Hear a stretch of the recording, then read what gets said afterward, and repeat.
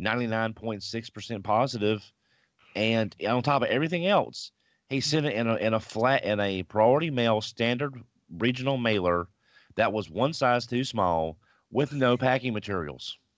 Great. Hang on, I'm getting some coffee. I'll get you the box so you can see it. All right.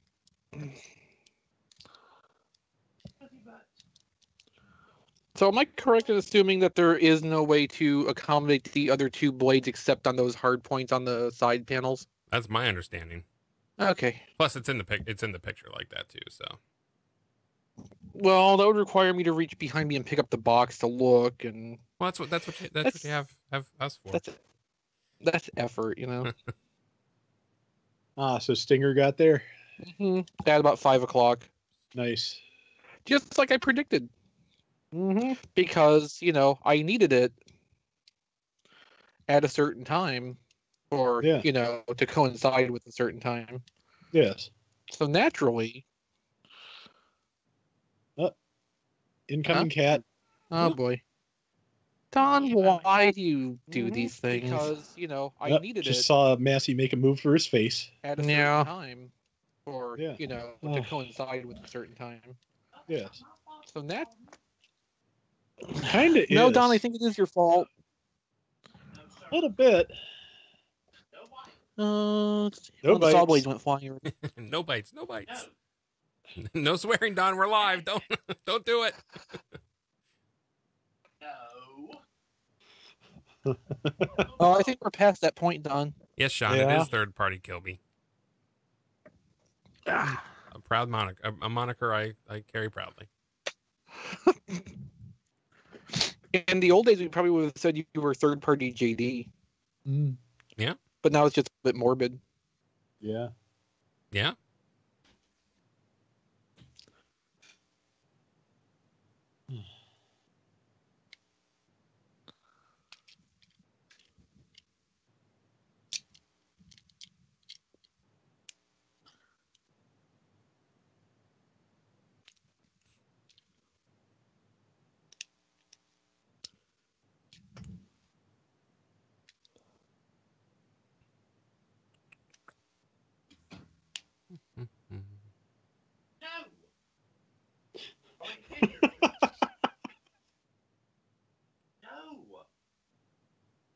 No. You've had food and you've had treats. I don't want to hear it. Yes, everyone, I know I'm the only person on stream right now because I'm waiting for people to call in with videos so I don't have to adjust it 18 freaking times. Yeah. Well, that's not what Kilby would do. I know. You're not a very good third-party Kilby, No, I'm a good third-party Kilby. That's the point. I'm the third-party version. He was supposed to... Oh, that's great. No, you're the version of Kilby with too much diecast metal. Yeah. Huh. Yeah, that's the box he sent it in. And it's probably as wide as a Power of the Prime's leader class box. That fit. No. And there was no packing material. I'm sending it back better than I got it. Yeah, because if you don't, then he'll just claim that it was your fault. Oh. No, Massey Boo. No. No. Oh, what is this? No. No. Don, do you need a minute? No. Apparently not. You need a spray bottle is what you need. Yeah. You only work if the cat doesn't see you with it, though. That's completely not true. Well, the thing is, if you want to teach a cat not to do a thing, then it needs to not see you with a spray bottle. If you want to teach it to stay away from the spray bottle, it can see you with the spray bottle. Well, no, when I was gone last week, he was by himself. I didn't board him just to be gone a day and a half. Yeah. So he had all the food he wanted at his disposal in the little gravity feeder. And since I've come back, he's being a little piggy pig that he wants not just some of the food, all the food. Mm-hmm. And so he keeps going to he's had his wet food. He's had a little handful of dry food. He's had his catnip treats. He's just being a little piggy. You being Pudgy Pig. You being Pudgy Pig. You are not a Pudgy Pig. You're a kitty cat. Keep it up. You'll be old fat like me.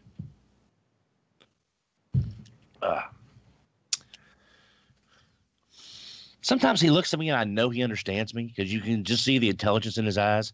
He just doesn't care. Because cat. Exactly. Because cat is always the answer. Yeah. Hey, live people, or hey, Memorex people. You can take your pick. Who can tell the difference? Nobody. Yeah, people can, but well, now, but in the old days.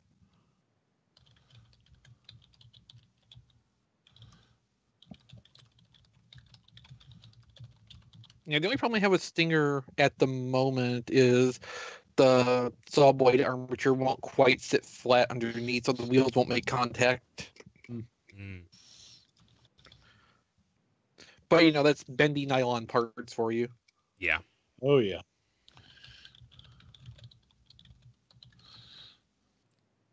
Pardon me. Let's see. Oh, hey, Rob, I saw somewhere where it looked like Disney was going to give the Star Wars license to, I want to say Acclaim, but that's not right. No, it's definitely not. Even if Acclaim were still in business, it would not be right to give them anything. Was it Activision? Maybe it could well be. Yeah, I mean, because I think I was watching either Jimquisition or Angry Joe, one of the two, and I think it was said in one of those two. Yeah, there's definitely a lot of rumors going around that EA is going to lose the license. I mean, well, gee, I wonder why. Yeah, they do everything fine, don't they? Yeah, well, I mean, when you screw up the monetization of your game so badly that people start legislating about it, it's bad. Yeah, I mean, I thought paying for downloadable content on a disc was already bad enough. And I'm not even a real gamer. Most of my game systems are plug and play, which technically probably doesn't even count. It depends on who you ask. I like those silly things. No, but it's just. Go ahead. Have you seen the little miniature arcade machines at Walmart? I want to get some of those. Yes, I have. There's supposed to be one for Rampage coming out because of the movie. Yes, it plays the NES version of the game. Was there a major difference between it and the arcade version? Just basically an issue of graphical quality more than anything else. Also, the NES version could only support up to 2 players at a time. Oh, okay. Not that matters on a one joystick mini arcade machine. Right, because the main arcade you could play as George, Lizzie, or Ralph. Mm-hmm. Yeah, in that sense, the NES was probably a good choice because I think to play one of those 3, you had to be at a specific control on the arcade machine, which is, of course, not possible on that tiny thing. So, that way, the NES version, since there were only 2 players but 3 characters, just had to select. So, it's definitely a good move. The one I saw once that I kind of want to get though is the Qbert machine because it had the best sound and graphics of any of the ones I saw. I think my Walmart, I know they had one a while back. You want me to check and see next time I go there if they still got it? No, it's not a high priority thing, but I appreciate the offer. I remember the Atari Qbert. That was the about 10 levels in or so. It started getting really hard. I mean, just the learning curve was kind of bubble bobble. I can get to level 50 and bubble bobble on my NES, no problem. 55, 60, it starts getting really hard. And there's one level that you have to. There's nothing down low. You have to do your bubbles right up the middle, right them up to the top, and then jump down on either side. But then you have lasers coming down from the top. And it's like this. Someone designed this just to make you want to take your Atari and or your NES and throw it out the window. Mm-hmm. Yeah, because then I can tell you another one. Yeah. One of the hardest games I've ever played on the now on the Atari, was Zaxxon. That was one of the hardest games. And I bought the ColecoVision plug and play because it was on clearance. Because it was the only game I wanted on that. Because Coleco always had weird games like Math Blaster and just lots of productivity tools. I guess that's what you would call them for the time period. But Zaxxon is the only game on there that I even recognize the name, and it's like I have lost all of my skills. I am so bad at that. Yeah, what happens when we get old, Don? I know, but the 2600 Zaxxon was murder. I mean, for one thing, it was back view instead of isometric like the arcade machine, which is kind of really weird. It's sort of like if any of the live people don't remember Zaxxon, take like a top-down shooter like River Raid or maybe Midway Battle of 1943, which is one of my personal favorite games. Oh, hi, Diecast. For a flight game. And then take it like a top-down and then turn it diagonally. Yeah, take your top down. Yeah. Take your top-down look. That's the kind of show we are this week. Yeah. Oh, no. Ron's not here. It's okay. Yeah. Turn it diagonally and then raise it up to eye level. Your entire perspective is so skewed. It's just, but it's fun. But it's like, yeah. I mean, take an isometric perspective like that, and then give you things that you have to avoid via controlling your altitude, and it's pretty much designed to be an exercise in trial and error. Yeah, it's I would love to see someone do a speed run on that. Like I'm sure they exist. I'm sure it's like, but again, that was just like crash. If people can speedrun Tetris, they can speedrun anything. Yeah. Well, have you ever seen high-level Tetris? I'm sure I have at some point. May not remember it, but I'm sure I have at some point. It's amazing. If you ever have a few minutes to rub together, just search Tetris Grandmaster Speedrun on YouTube. Yeah. I cannot even imagine moving that fast. Their brains work a different way than ours. Yeah. There's no other explanation. Yeah. I'm guessing it's sort of like I've used this analogy before. The guy that memorized the pressure look patterns. I mean, I think it goes beyond that. I'm saying, that's the closest thing I can think of is memorizing because there was like 4 or 8 patterns that you had to know it throughout the whole board. Yeah, it's probably a similar principle in issues of timing, but it with that the blocks are just falling so fast. It actually just I can't even describe it, especially since I'm just still out of it. So. Oh, I see. I like some of the artwork on Primal, but I wish Little Primal did more than turn into a butt plink. Yeah, I think that backpack may fold up a little more. It does. Okay, good. Yeah, it seemed like the Rodimus and the Optimus integration was so much better. They could, because I figured Primal would go in. Prime would go into Primal's chest, and then the orange chest would close around it in monkey mode or something, and you just turn him around like you would for robot mode. But it's like, no, he's a butt flap. Which is kind of depressing. Bigger backpacks. But it's nice seeing them doing something for Beast Wars. Well, they wouldn't if they could have avoided it. Yeah, I was about to say, you'll notice they did not make the mistake of having any Beast Wars options in the fan vote this year. Oh, yeah, you're right. Uh-huh. I did not notice that. Yeah, they didn't realize what they were doing last time. Now they know better. Yeah. Yeah, I don't think they expected him. And knowing is half the battle. Yeah. No, we know they didn't expect him to win because they said so. Yeah. Flat out, we didn't think that would win. They didn't say we wouldn't have put it on there if we thought it would win, but you could kind of hear that in the way they said it. I'll be right back. There's just too much. There's too damn much G1. I want less of it. Yeah. Need a break. Yeah. It's a shame I'm only coming to realize that with Robots in Disguise basically over. Yeah. Oh, should we tell Diecast our new theory, or should we save it for the show? Oh, let's save it for the show. Okay. Be more fun. Yes, it will. Maybe not for Diecast, but it'll be more fun for us. Transformers overheat. Is that the? That's my motto. My heat's still broke, so I'm just. Oh my! I thought that I got new Transformers this week. That'll keep you warm. Yay! Well, how is your heat still broken? Because it's really expensive to fix. That's understandable. Well, I mean, do you at least have electric blankets it's expensive to fix your heat that doesn't work? But you got new toys this week, so it's okay.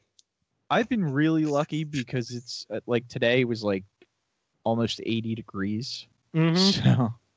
Yeah, and it should be in like the 50s, I think the next couple of days. So, the heat may not be an issue for a while. If you're lucky, that may be something you just have to take care of before next winter.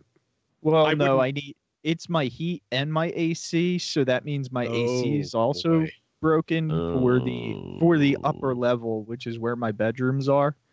So I definitely got to get it fixed. Well, I mean, if your wife realizes that you've been spending money on toys while you need to be fixing the heat, you may end up sleeping down there anyway. So it might not be so bad. Yeah. Massey boo. What's the matter with you? Yes, you already missed a Massey attack. So. Oh man. Well, I mean, we didn't get a good look at it. It was mostly like, he was just trying to. It's like in cartoons when the concept is too violent and they just like do it all off screen with the voice acting. No, I picked him up in the slight window, which is normally about 23 hours and 59 minutes, where you can't pick him up each day, and that's when I picked him up. So he did not like that. Plus, he's being a little piggy pig on the food, which is not good.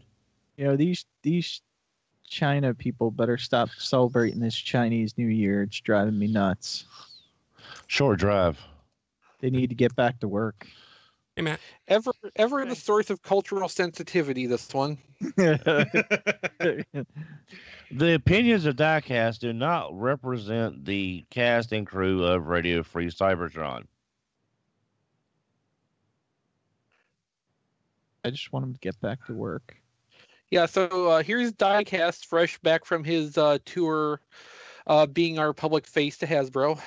And there's any wonder why we don't get invited to all the good Hasbro parties. Except we do. Yeah. We can only go to about half of them is the problem. Yeah.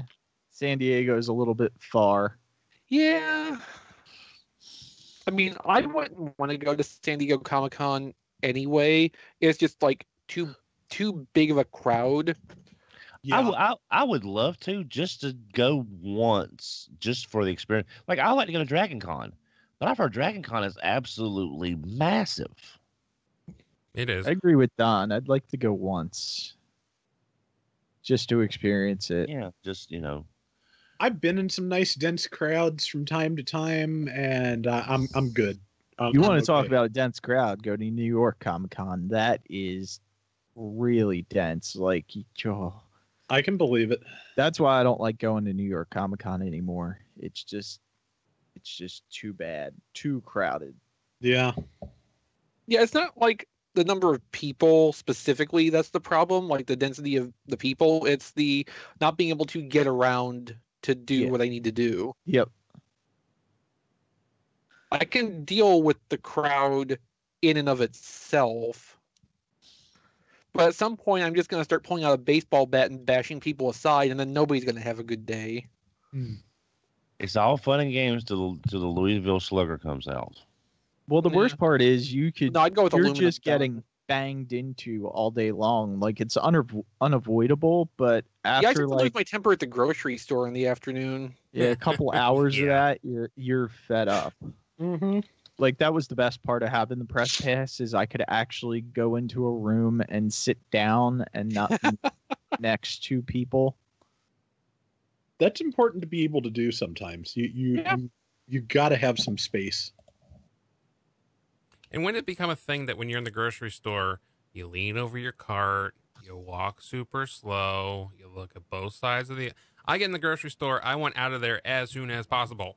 I'm speed running the grocery store every time I'm there. Mm-hmm. I don't like these people, and they're not always old people either. You gotta like optimize your route. Yeah. Know exactly how many button presses you need. My girlfriend does the list by where things are in the store. She actually takes time to do like her a list sane that person. way. Yeah. Oh, nice. Okay, Eric raises a good point. If I'm hitting people with a bat, I would be having a good day. It's true. Yeah, he's not wrong. Well, you know, then you would be Batman. Be right back. Is it too late to kick Don off? No, I haven't put him on video yet. Well, it's going to lose some of the effect in this then. Yeah.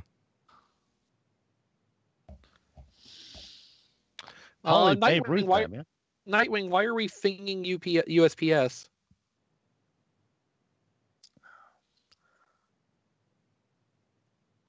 Why? Nightwing in the chat said fing USPS. I mean... yeah, why are we finging?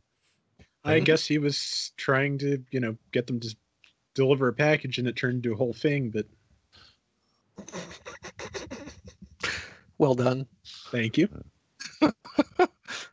See, Don, you can starting to learn a lesson from Rob.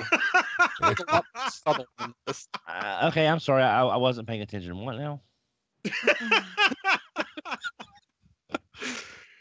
Good times. Yes, indeed.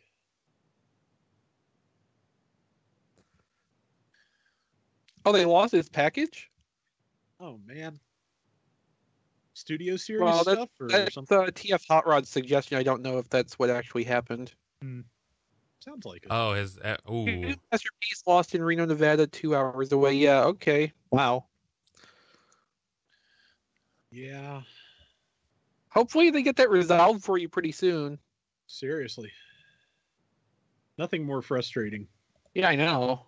Eric, no finging me. Maybe you and Eric need to see less of each other. We already see way too much of each other as it is, so yeah. He just aspires to be as cool as me someday, which is sad. Well, also, Jason likes chicken. Who doesn't? I've been eating plenty of it lately, that's for sure.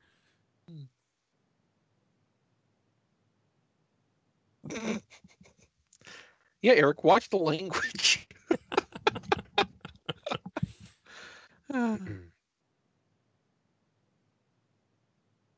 Eric needs to cosplay as Colonel Sanders one year, and just as like trick or treating around the.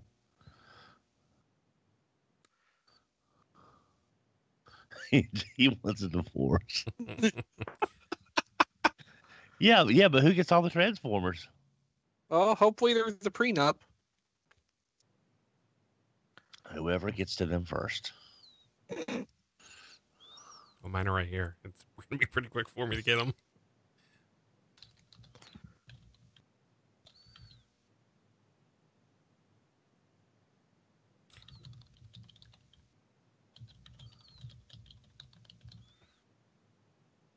Yeah, Stinger is basically okay. Is he tiny? Did you not see my pictures? No, I did not. I had to run out to the grocery store and just got back in time for spare time. Go check Twitter. I put some interesting ones up. All right. Yeah, he is. Did it quickly with my phone, but interesting. Yeah, I'm certain. The more I see, the more I'm glad I decided not to pull the trigger on that one. Yeah. Mm-hmm. Yeah. Because he is like tiny. Trying to get a little buyer's remorse. Probably still bigger than Bumblebee. Yeah. Well, except for maybe Cyberfire. Maybe. Oh, bigger than the Studio Series Bumblebee, I think we're saying. Yeah. I don't know. I didn't buy that one. I don't need a Bumblebee. Oh, Murder Bee is nice. I have that. That's why I don't need a Bumblebee. Oh, I got you.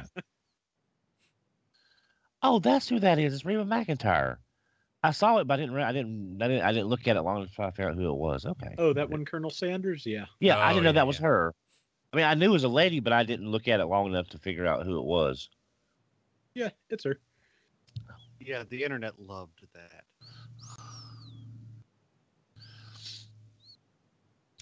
I might go to KFC tomorrow while I'm out running errands. Go to Popeyes instead. I'd have to drive like 4 hours north for bad chicken. No, you would be driving 4 hours north for Popeyes. What about Bojangles? I have a Bojangles in town that's perfect. That's drive for Bojangles is too far for bad chicken. Bojangles wasn't bad when Brian and I ate there. Bojangles is really good. But yeah, Chris, if you ever come down here to visit Brian or myself, I got to take you to that barbecue place. Speedy's in Lexington is absolutely the best barbecue I have ever had in my life. Really? I like, what's the name of it? that plate, I can't think of the name. Brian would know. Well, Brian's not here. Brian has been tweet at him though. Yeah, I know that's why you and I are co-hosting. I can make up a name. Let's see, Diecast assumes facts, not in evidence. Yeah. No, but Speedy's is right in the heart of downtown Lexington, North Carolina, where we all know the best barbecue in the world is created.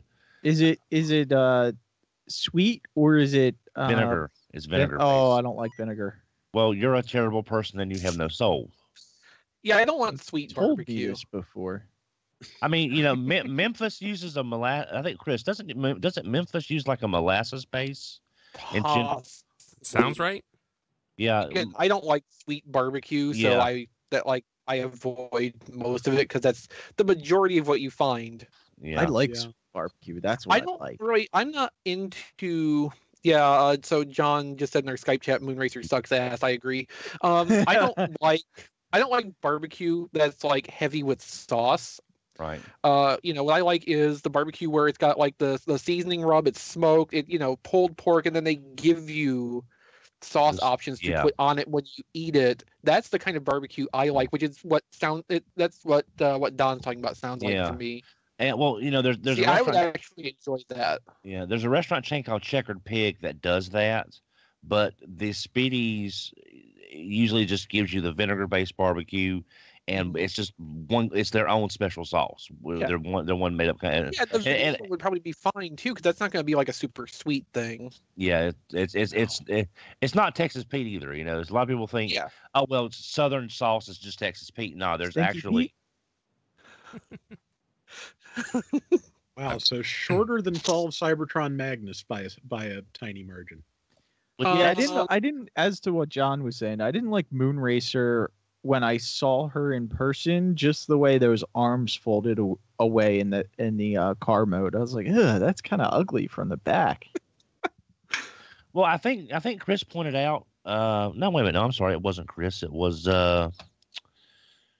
I think it was Duron pointed out that Moonracer's her hand foot gun in vehicle mode anyway kind of fills in the back there, so it's not as bad in vehicle mode. Oh, Don, you mean the podcast you actually went to last week? I was out of town and could not make it to this one. It's the first one I've missed in probably 2 years. You're only allowed to miss if you're sick. What are we paying you for? And then, even if you're sick, we're going to take it out of your vacation days. Yes, that's true. Oh, okay. I'm going to reveal where I was to the world. Unless you inform us 180 days. No, it doesn't matter. We have to put this is a point system, and you got 3 points for last week. Okay. Well, I'm going to tell you where I was. I'm going to reveal this to the world. I have started my book tour for Dononomics. And I started where the book is going to eventually end up, Ollie's. So go to your finest Ollie's that you have and pick up a copy of my book, Dononomics, Collecting Toys Without Living on Ramen. That's the subtitle. It doesn't matter, Don. It's still 3 demerits. Okay. Everybody ready to go? Sure. Let me kick my recording over to a new file. Hopefully it will pick back up. Just make sure we have audio. I have literally one job for this show that goes out on the internet. And I'm backing up your one job, so. Rock on. Yep. And you only have Welcome to Radio Cybertron episode. What the hell episode number is this anyway? 559. Or as Jared Hebert titled it in the chat for us, high quality third party knockoff chicken episode. Well, now I have to copy that, so I have it. Jeez. It's going to be one of those weeks. if we get up to my house number, I'm quitting because my house number is 4233. So if we get up that high, I'm done. Yeah. We actually passed my house number like 60 episodes ago. I'm not 60. Well, either way, we passed it a while ago. Mine is in the 10,000, so that's when I'm calling it quits. Ricky. So as you can see, I am not Brian Kilby. I'm Chris. Hi. Brian is. What is Brian doing? Did he ever even say why he's not here this week? On assignment. I didn't really read, except for I'm not going to be here. I think Brian is rewiring the Batcave to get 1 terabyte and 1 terabyte signal. He can't get it, but the Batcave can. That terabit internet. He went to talk to his internet company to try and get his upload speed sped up. And he was never seen again. Yeah, he's on that quantum internet where it actually puts the data on the internet before you make it. Ooh, that would be so awesome. Yeah, it would. Spaceballs, the internet. So with us this week, we have Jason Kirk sitting in as guest producer. Hello, everybody. Or associate producer, or whatever you want to call him. I don't know. I might get bumped up to executive after this weekend, so fingers crossed. Yeah, third party producer on There Goes My Money. I mean, I don't think you can handle the extra responsibility if we made you executive producer of RFC. You're absolutely right about that, so yes. I think a lot of us here would tend to abandon responsibility as much as possible given the chance. Yeah, I know. So Melvar, aka Matt, would definitely. Hi, Matt. Yeah. Hi. How's it going? Meanwhile, Diecast should not be trusted with responsibility. I'm half a host today. Well, that's 50% more than you usually are. And every day on There Goes My Money. Hi, Don. Hi. Welcome back. My dreams were my ticket out, but I came back. Well, we all have broken dreams, Don. And off camera with us, as usual, is Rob Clay. Hi. John DeLuna. Yo. Hey, John actually responded this time. Awesome. I'm in a speaking role tonight, perhaps. Ooh. Yeah. Awesome. No, Street Fighter 5 is stuck on a loading screen. They released Blanca this week. I'm in no mood to play against trolls. Then you can to start with, John. Fair enough. So, in case you missed it and slept through it or live under a rock or some combination of the above, Toy Fair was this past weekend, and we podcasted a hell of a lot for it. Did I miss it? I personally was on Skype over that weekend for 18 hours. Oh. Wow. Okay, that might be a slight exaggeration, but only slightly. What did we do? Like three and a half separate sessions across that whole weekend? Yeah, probably. Sounds right. Yeah.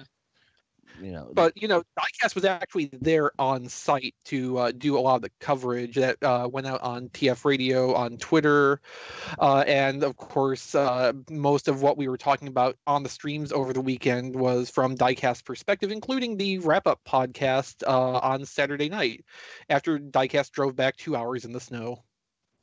And didn't get to see a Unicron. Maybe next year. We'll Hashtag get Unicron made. Oh, yeah, about that. It's still there. It's still there. Nice. I may cry if we don't have a Unicron. I may cry if we don't have a Unicron by the end of next Toy Fair. Well, yeah. My hashtag CCons before Unicron takes off. I support that one. Yeah. I still think those two are independent of each other, and I can support both. My favorite part of the hashtag is the fact that Matt did not mind giving out his Twitter handle that whole time on Sunday just for that hashtag. It was great.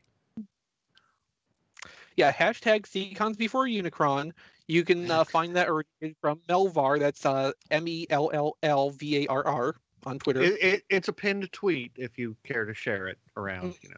Yeah, retweet that as much as possible. Make sure the Hasbro people see it. Hey, make Unicron. You can also get Hasbro News. Get Unicron Made was doing really well the first couple days, and it did drop off. But we had over like 50 likes and 40 reshares, which isn't enough to probably for Hasbro to even look at it. But no, I recently had a tweet that had like over 500 retweets and 1,000 likes. So so we need that for Get Unicron made. Or Seacons. Or Seacons. Yeah, before Unicron. Get Seacons made is also an option, so it doesn't have to be a douchey hashtag. It has to be Seacons before Unicron. Diecast is afraid of competition, so. And as always, it will make me cry. But yeah, so go to tfradio.net. You can find the podcast versions of all of our Toy Fair coverage, including a pared down version that our associate producer Jason Kirk prepared for us of the 5-hour Saturday stream. You got that down to about 2 hours, didn't you? 2 hours and like 5 minutes, 2:10, I think. But yeah, nice. Yeah, that's very good. It took some work. It was fun, but it took some work. It was.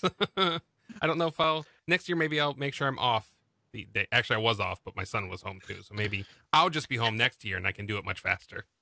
So what you do next year is while we're doing the stream, like for the times you're on, and even if you're not on, like just be listening and have a notepad with you. I know and now. just write down where your like points are. Yep. That's what I used to do when I had a podcast. But now, all this stuff at the hashtags, y'all left out the most important one. Train bots before Unicron. I would support that. Yeah, because I think this is a perfect time to look at getting a Raiden made. Since Hasbro's not going to probably be going back to ToQger, possibly. But I think this would be a really, since we're getting some weird off the wall stuff like Rodimus Unicronus and stuff like that, it'd be time for something new and unique. Maybe you could get them in Cybertronian modes. I mean, I'm sure Astro Train had a train-like mode before he came to Cybertron. Maybe that is really my hope for the Seacons, because they're sea monsters, not specifically Earth-based life forms. So. Right. Yeah. Yeah, they're just like Sharkticons. I think if they do Cybertronian Seacons, they'll just be like right side up submarines and aircraft carriers and stuff like that. Like they'll give us the monkey's paw version of the Seacons. Well, it's sort of like what happened with poor Dive from GoBots. He says in the cartoon, "Yeah, it's nice to be on Earth. You don't get a lot of call for a GoBot that turns into a submarine on Gobatron because there's no water. So he's sort of stuck." Poor Dive. He should have asked for a different job. But he only had that one job. I was gonna say. Oh boy. Okay, so did anybody get anything this week? I know I did. Diecast, did you get a Taobao box? Yes, I did. Let's start with that. Everybody go take a break. See you guys. This is a big one. If you got them. I got the YiJiang Megatron. Oh. Hello. Which is it's the IT version, but it's the masterpiece scale. Wow, man. Yeah. Well, it's scaled to go with their upscaled MPP-10, the Optimus, the Ultra Magnus, the Evangelion colors, whichever one of those you have. He's actually pretty nice. He's not as good as the Prime, but this is their own design. Not, obviously not robot mode, but their own transformation, let's say. Oh, they re-engineered it. Yeah. So it's not just a straight lift. It's not a knockoff. It is in the sense that it's not stealing someone's engineering, it's just stealing someone's IP. Oh. And what's interesting, a lot of people may not know, is on the YiJiang one, the extra stock is built into the legs.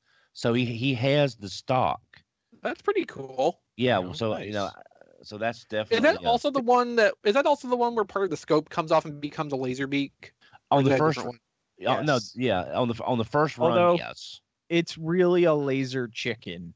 It's not really like a laser beak. But it's a laser chicken, I tell you, a laser chicken. Hey, it's Eric's new favorite toy. Yeah. But I have to admit, he's going to school for that. Yeah. But I have to admit, that's kind of a great way to. I mean, because you always put sort of like Laserbeak is always with Megatron sitting on his arm or something. At least he has some kind of new function. Yeah, no, I actually thought that was a really cool inclusion when I was seeing random pictures of that here and there. Yeah. Yeah. And then I also got the Generation Toy Streetwise, which I put a review up. I really like this figure. It's a really solid figure, and it's a Nissan 370Z, which I love. Oh, cool. So that's not Gumball, right? That's the Generation Gumball.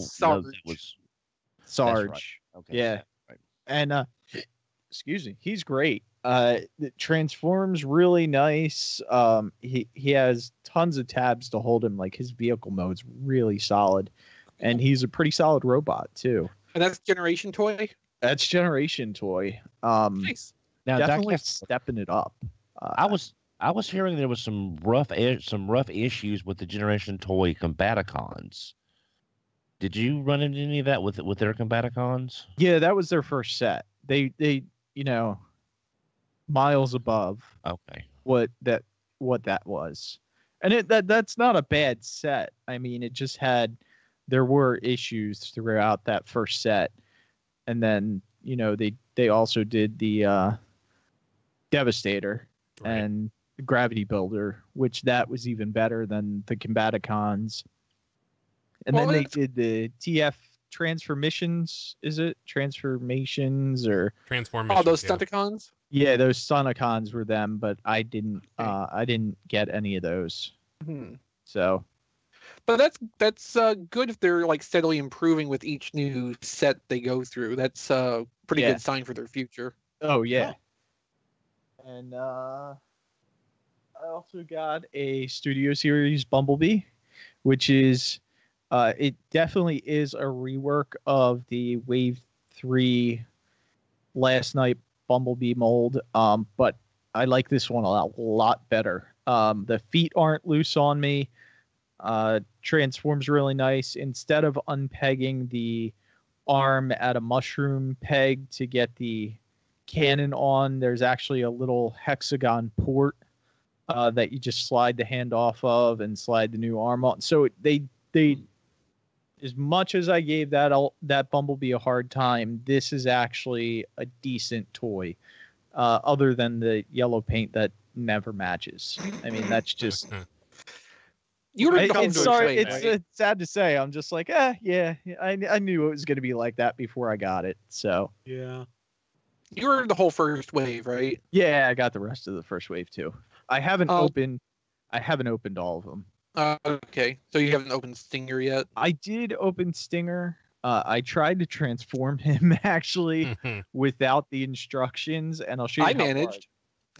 Yeah, Chris did a pretty good job. I did use the instructions, and although I kind of screwed up the head.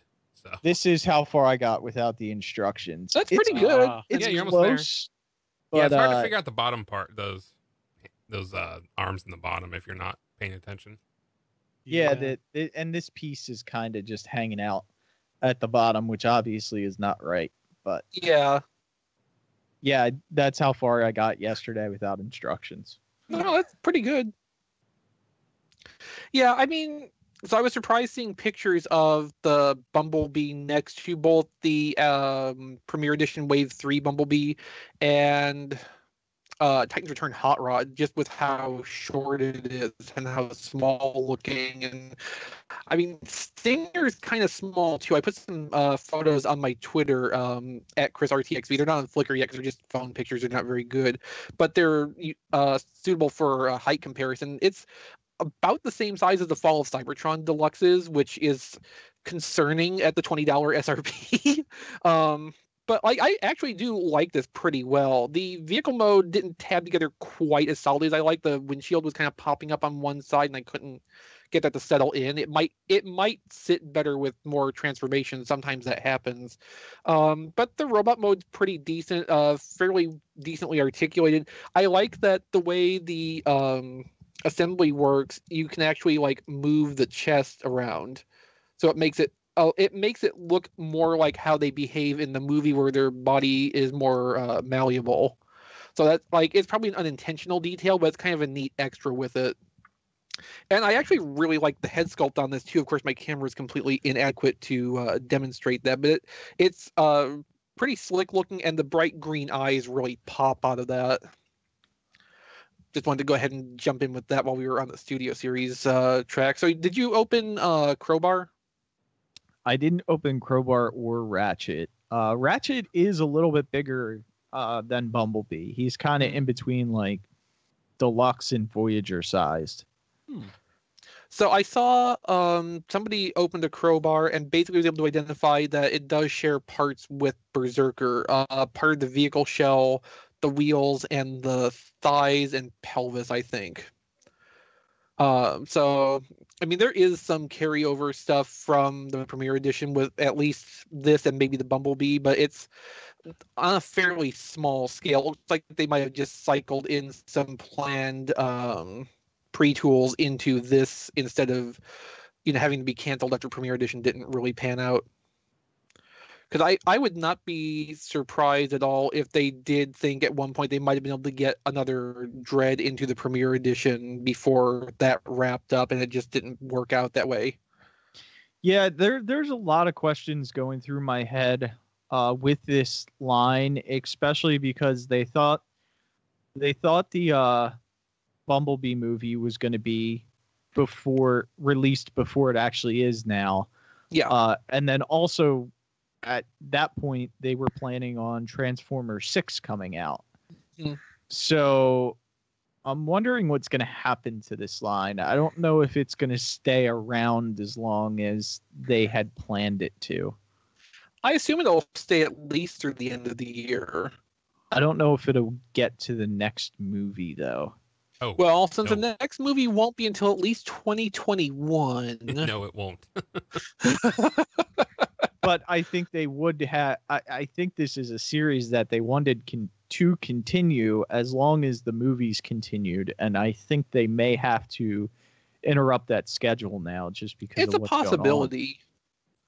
I mean, even at the point where they pushed back the release date of the Bumblebee movie, even at that point, they had started to be like, well, we're going to wait and see how this Bumblebee movie does before we commit to any firm plans for Transformers 6 or whatever.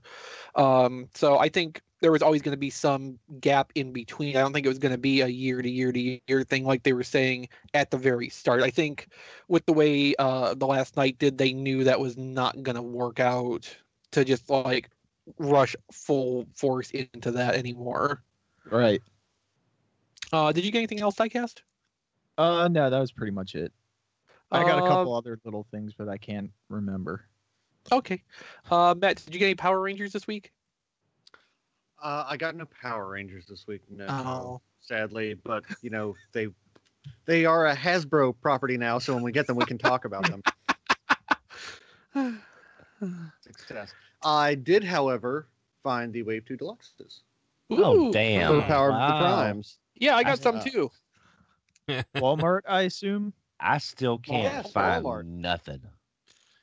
Found anything? And no. Rob, this is going to drive you insane.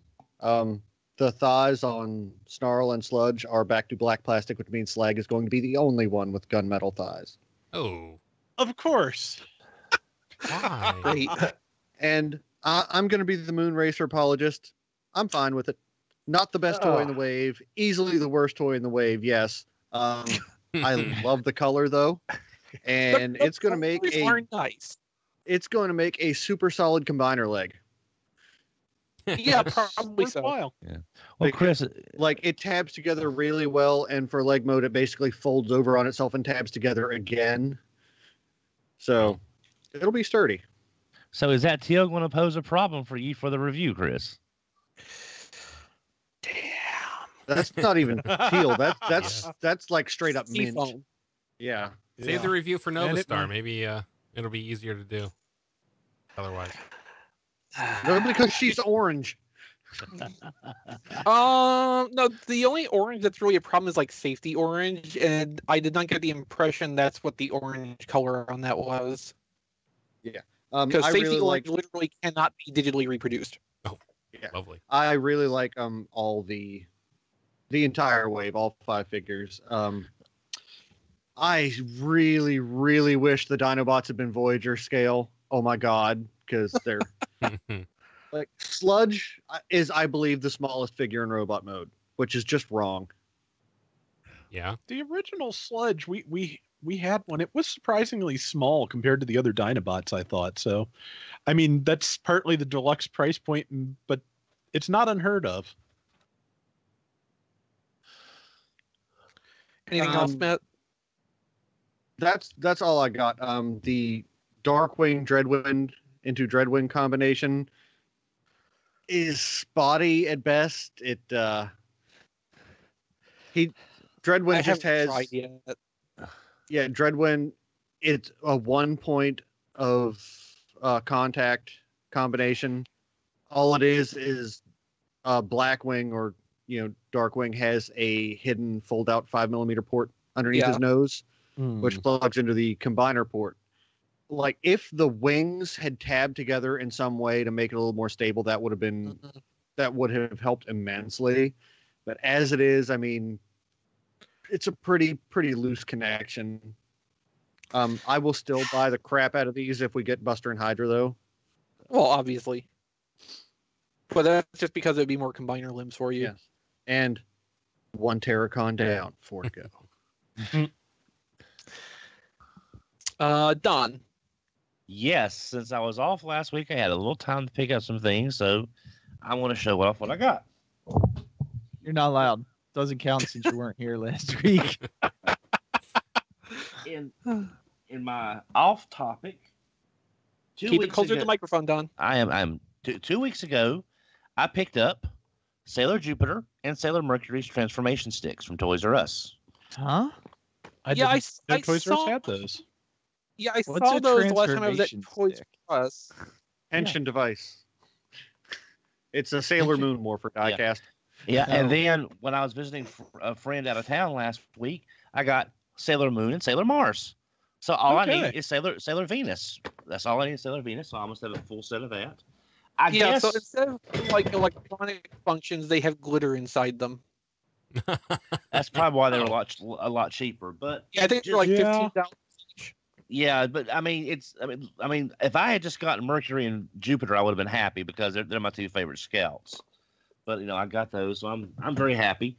Thanks to Mr. John DeLuna and his dedication to his friends, I got Bludgeon and Thermidor. All right. So nice. and Bludgeon turned out so much prettier on that mold than I thought. So I'm hoping I can find a second one to leave on card because he's just that pretty. So Don, there is one problem with that Thermidor. Not Bisque? He's still in the package. Well, actually, since I have Bisque, I'm thinking about keeping Thermidor in the package since he is Italian piece and maybe hard to find on down the road. So you can sell it down the line? Yeah. Open it. How do you think Dynamics works, Diecast? Come on. Yeah. Well, like I said, I have Bisque, so I'm good on lobster bots. But he's Thermidor. Yes, he's a blue Bisque. But he can still be Thermidor in the package until or unless I find a second one. But I got those. Thank you, John. I appreciate that, sir. Mm-hmm. John, you just made him money. He's going to sell it down the line for $30. Dynamics is just a pyramid scheme. Just call me Dick Clark then, because it's the $100,000 pyramid. About 2 weeks ago, I got War Giant Onslaught. Ooh. And last week I got Blastoff and Vortex. So I've been hearing that Blastoff has some breakage issues. I saw that earlier. I haven't had a chance to dive into them because I've been so be careful when you do that. But I can now form War Giant, which if you I need to pick up my Blastoff and Vortex. Yeah, the more pictures I see of that, the more I really want it. It's pretty. There's a lot of parts forming there, Jason. Oh, Just really? be aware. Like a lot of parts forming. Wait for it to get KO'd. But based on well, I mean, I'll be honest. If they do an upscale KO, like Mech Fan Ideas does a lot of the KOs of these Warm Pocket style series, that may be kind of something that's something Matt and I may look at since we love Bruticus so much. Also, last week I picked up Rhodomachino Cronus. Oh, I'm sorry. Why? I do. Yeah. I just unfortunate. I like the colors. I like the black. The mismatched arms is not a thing on him because it's all black. Yeah. And I think I can Donanongs him in retroactively down to half price. Yeah, if you wait and sell that Thermidor. And the other thing I picked up is what Diecast showed off earlier. I got the Infinite Transformation Megatron, and I got him from a Facebook seller that was recommended to me, and I'm blanking on. I had it saved, and I'm blanking on the name. It's fine, Don. Yeah. So anyway, thank you to them. I'm sorry. What the master put in your water? Blade Raider in the chat just now had an 11-minute phone call. Is Diecast still going over what he got from Tau Bell? Yeah. Oh, and the good thing about this Megatron is there's actually some improvements on the figure from the masterpiece level, and they also sorry, I just got something in my throat there. And it was Titan One Toys off of Facebook. Ordered it Thursday, got it Monday of last week. Nice. So, but the they made the backpack to hide all of the Megatron kibble, so you have a much. But it cart's forming.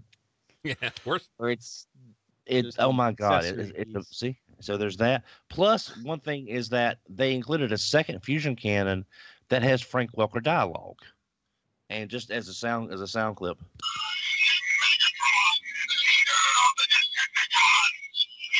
Okay, but does it say Megatron attack? Because if it doesn't, I'm really not interested.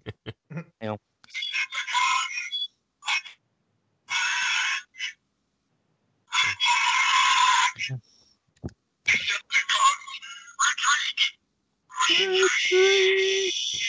I love the retreat on that. So I kind of wanted this version because of the improvements. Also, there's some joint improvements on this figure as well. So this I kind of wanted Masterpiece Megatron, but not for $249 with the QC we have been seeing on like the cone heads, like what poor Matt got stuck with on his. So this is definitely the Megatron that I wanted. But like I said, I did purchase the YiJiang one because I wanted to go with my upscaled Masterpiece Eva Prime. So, but that's what I got. That's what I got. John, did you get anything? I got the latest round of Legends in, so that was Overlord, the Clones, Blitzwing, Bumblebee. I haven't opened Blitzwing and Bumblebee, but the other two are lovely. Going to miss that line as it is currently constructed. I got Power of the Primes, Optimus Prime. I haven't opened him yet, but I have repro labels at the ready for the second I open him. Yep. And then I got the Power of the Primes Wave 2 Deluxes also. I will say, yes, the Dinobot should have been the Voyagers in that box set, and the Predakings, the Predacons should be on card. But I do want to take just a second to talk about Ripper Snapper. Moonracer's awful. You're wrong, Matt. That out of the way. Ripper Snapper. Okay, so XV, I saw on Twitter you don't like Ripper Snapper. I saw other people have differing opinions. I love Ripper in the Snapper. Middle. I guess I'm in the middle. So he's effectively G1 Ripper Snapper with Combiner Wars legs. I do appreciate his arms. There's a lot going on with his arms. The wrist swivel's nice with his Wolverine claws, so that was a nice touch. But yeah, I can see where you're coming from, XV, as far as like he's doing as little as possible to do what he does. Mm-hmm. So I don't know. He's fine for me. He's somewhere in the middle for me. But I was I noted that you had a pretty extreme or mostly negative verdict on him, and other people had the opposite. He's fine. Yeah, it's not doing anything to grab me. He just sure is Ripper Snapper. Just That's about it. Coasting along. Yeah, he's not trying to be like the best Ripper Snapper you ever saw. He's 2018 Ripper Snapper. So we'll see how the rest of the set goes. But he's fine. I mean, either way, I have to get blood. Yeah, I'm getting tired. I got to be honest. I am getting tired of.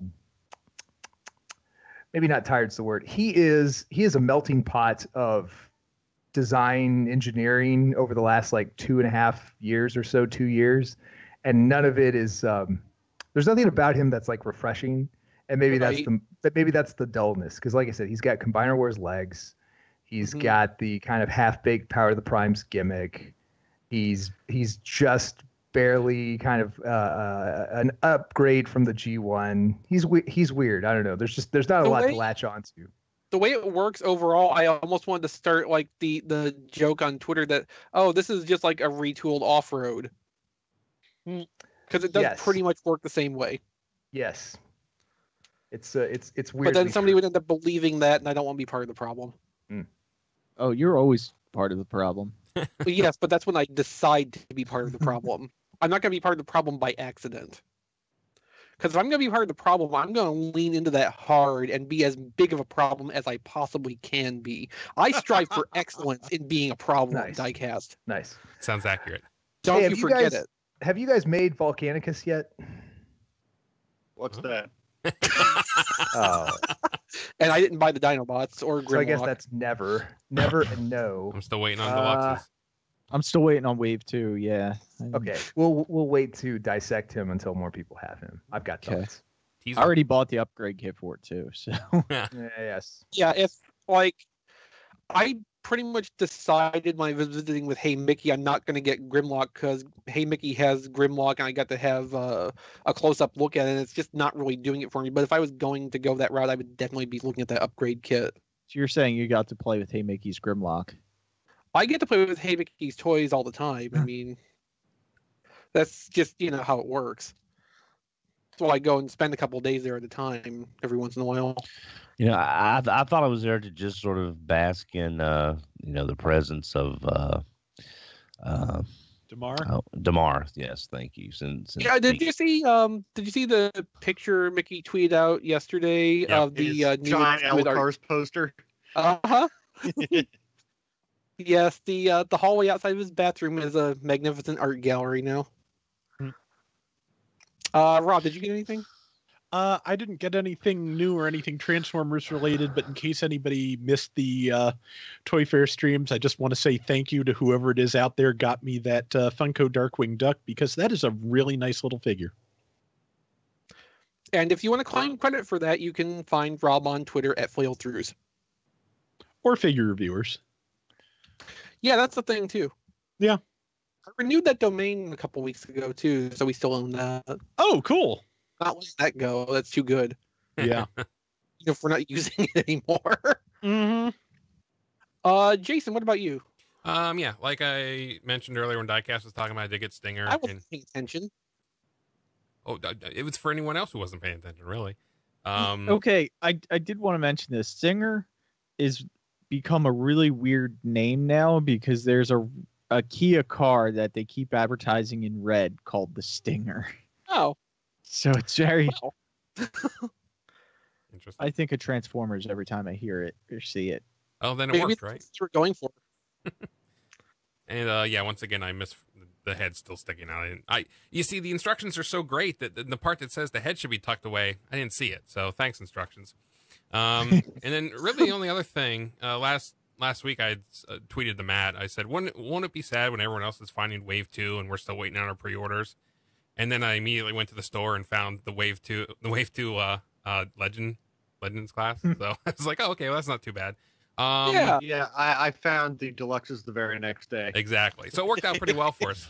I haven't seen a single one anywhere. At all. And I was talking with some other people in my area on Twitter over the weekend. And it's like there are Power of the Primes Wave 2 Deluxes in Maryland, but there is basically a black hole for like 20 miles around me in any direction.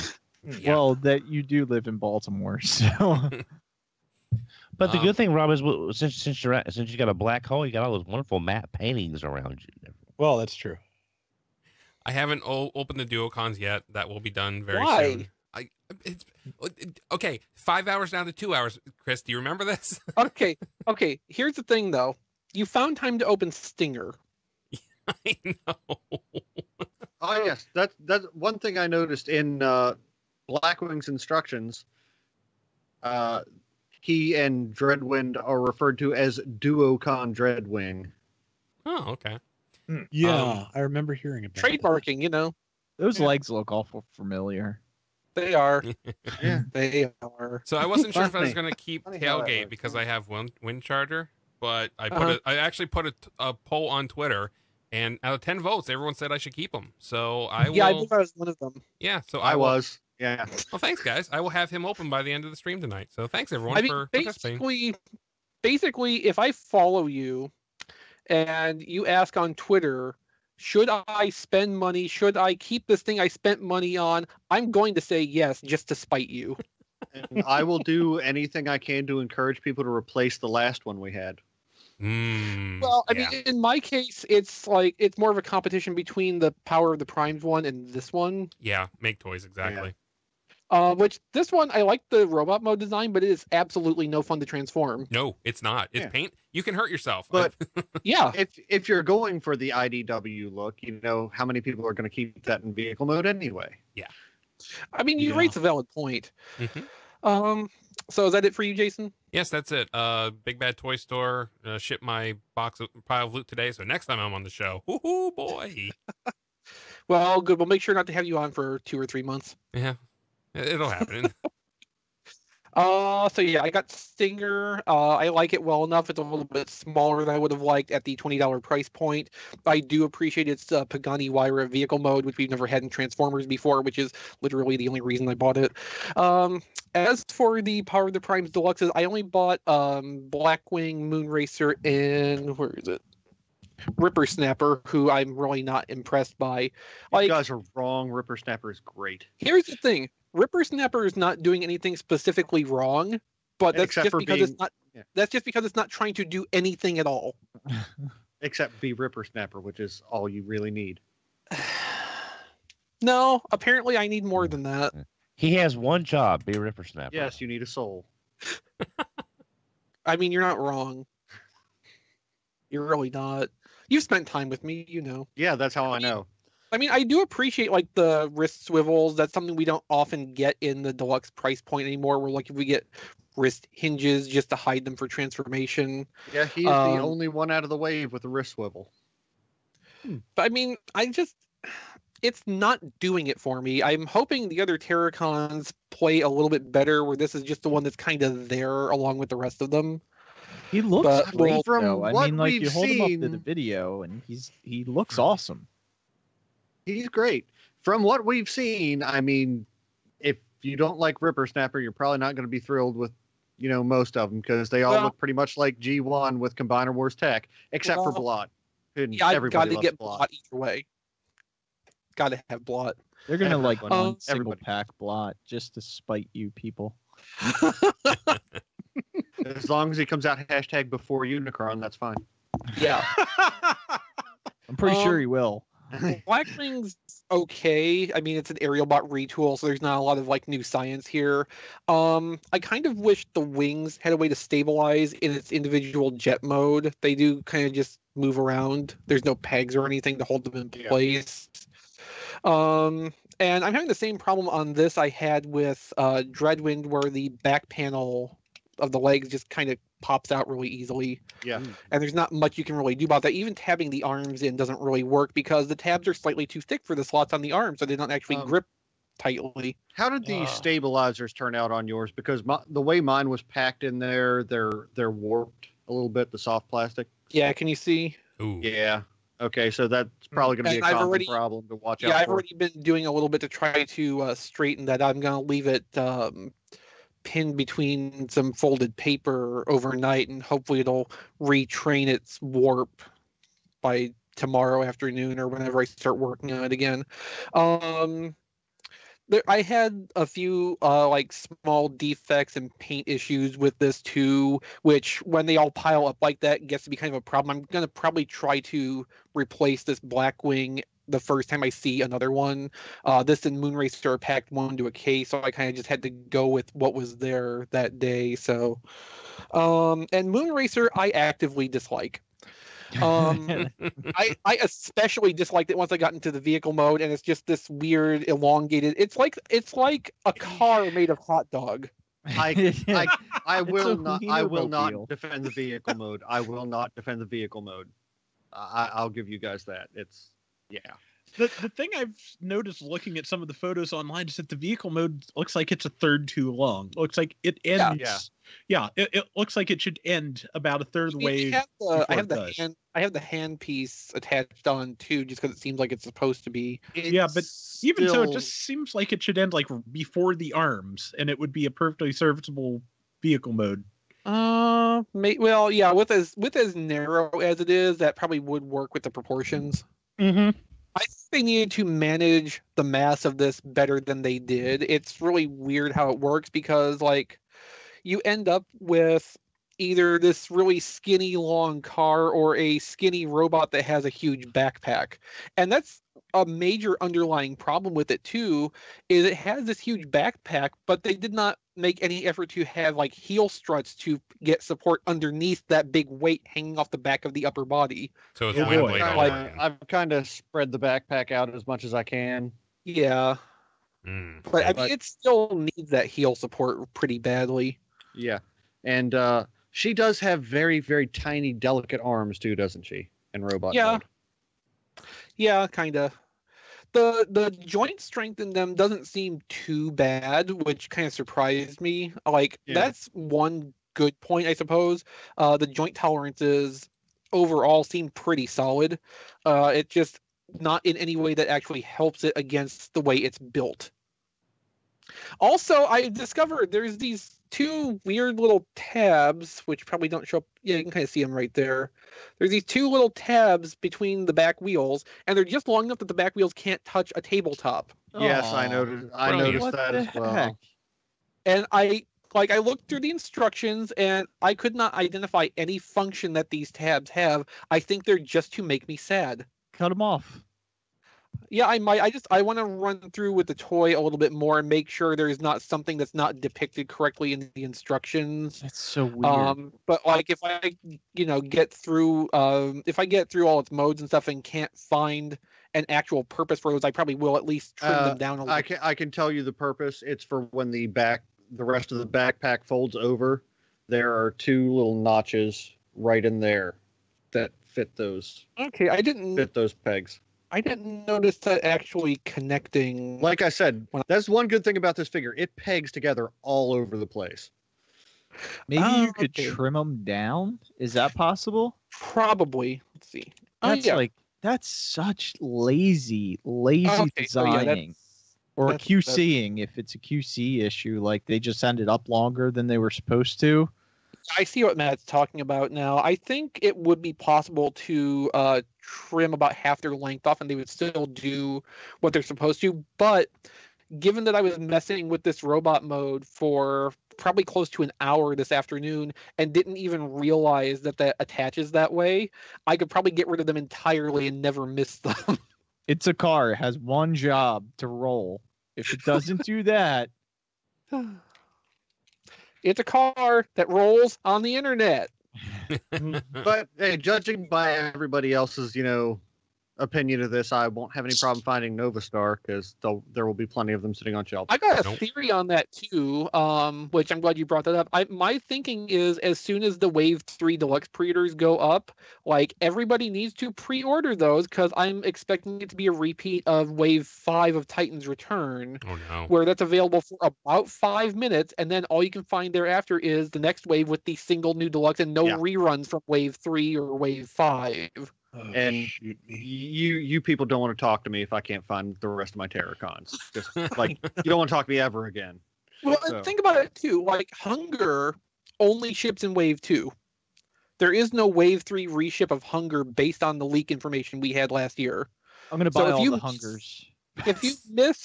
If you miss the torso in Wave 2 and the Wave 3 comes along and you get the rest of those Terracons and see in the instructions that they combine, you're out of luck. That's so great. I'm gonna buy every Hunger I see. You know, maybe if they would advertise on the packages where you can see immediately, oh, I need to buy this for these toys that are coming out later. Power of the Primes has some problems. It's Issues. Problems with Primes. Yeah. Oh, that's why it's only a 12-month cycle and not a Well, 18 months. I mean, the way it's working out, it's going to be more like a 7-month cycle.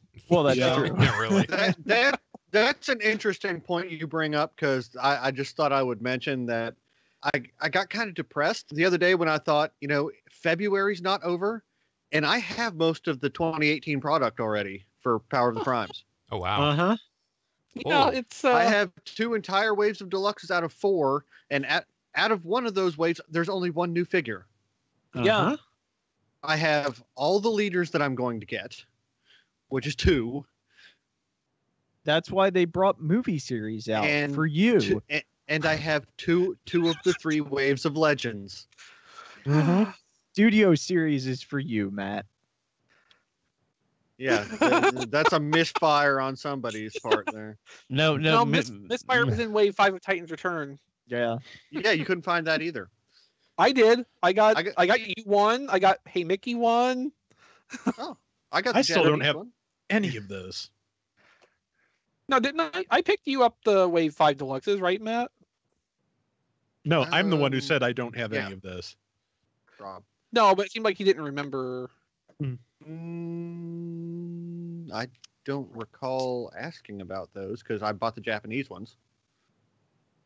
I'm Hi, pretty sure I'm got you. Optimus Prime. I'm Japanese.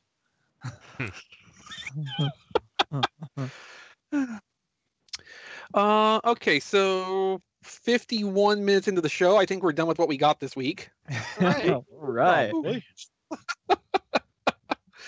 So it's time for This Week in History, which I think we can go through quick enough. It's in 2012 this week, Transformers Prime Season 2 premieres with Orion Pax Part 1 on the hub.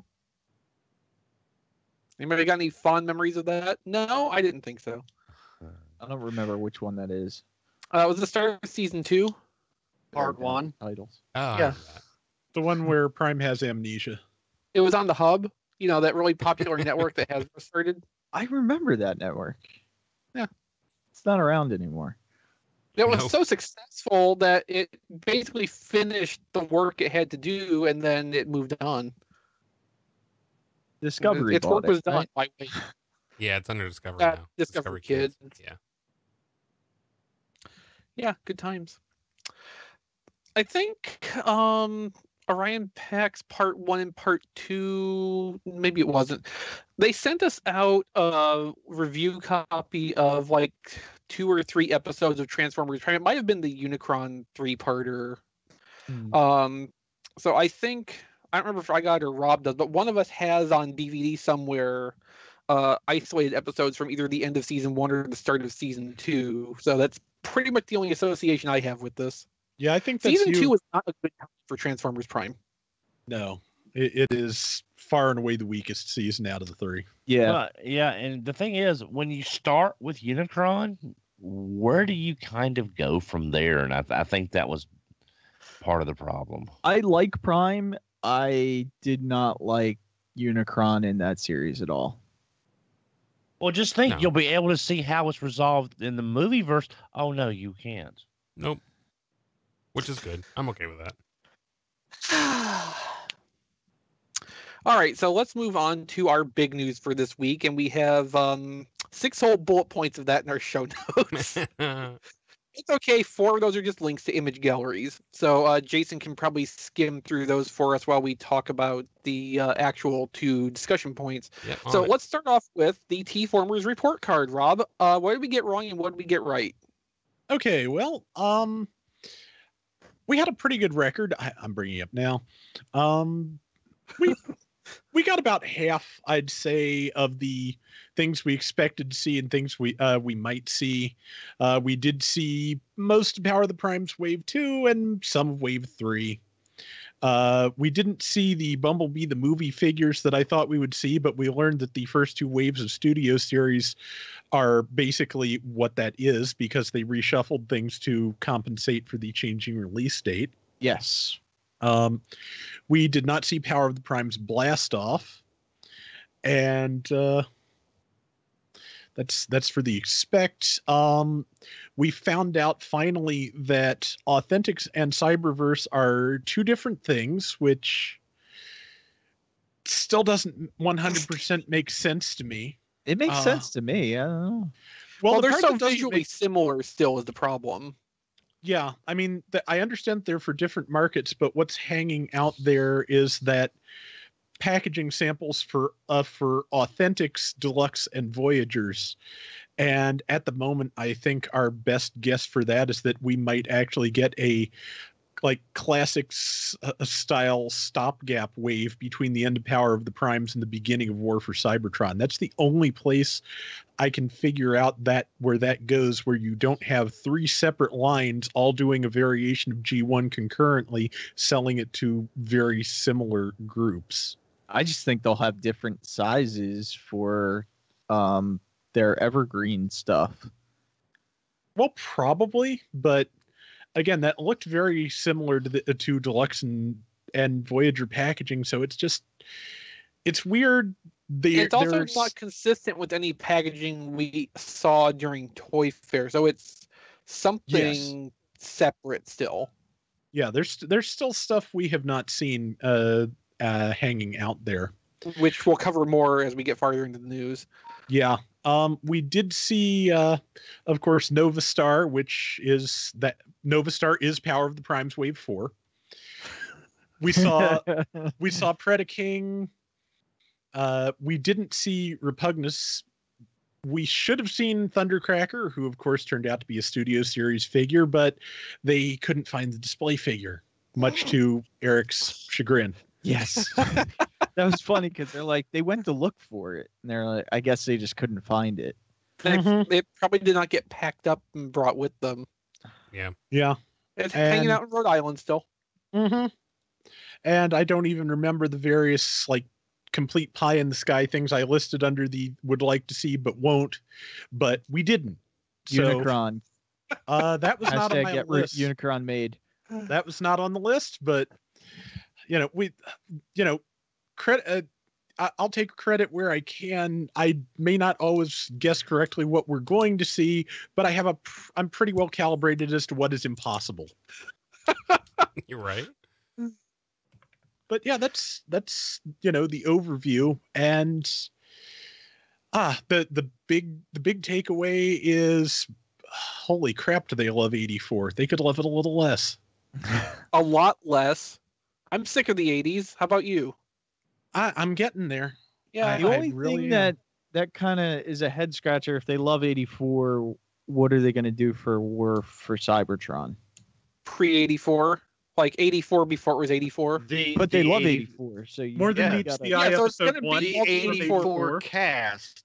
The 84 cast in their Cybertronian forms. Yeah, and it's going to be, like I said, it's going to be more than meets the eye episode 1 designs from 84. What it's going to be is 84 million BC.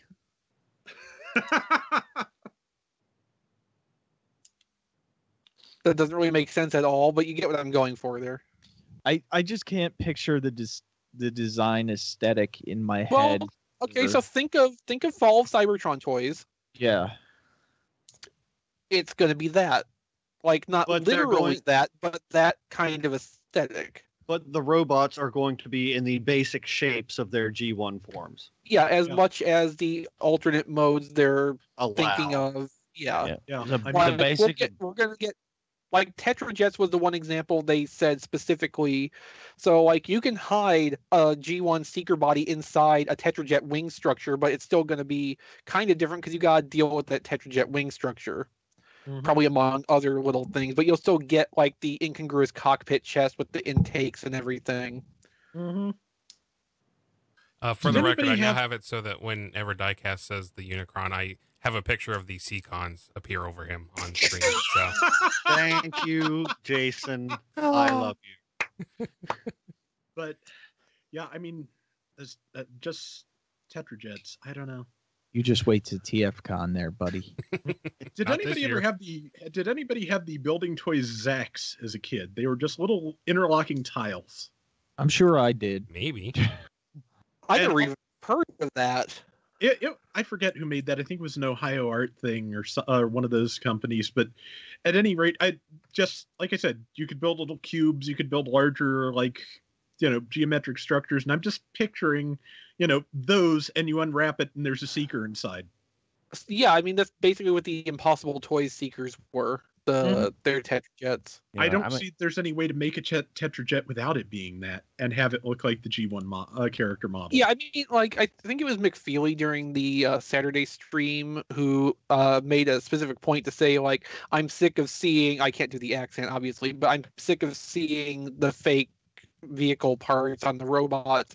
Well, I mean, from the way this is described, that's all we're going to be seeing. Mm-hmm.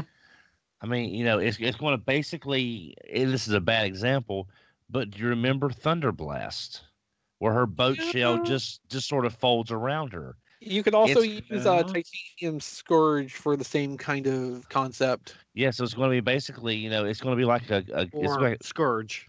Yeah, true. It's basically going to be Beast Wars Neo Break.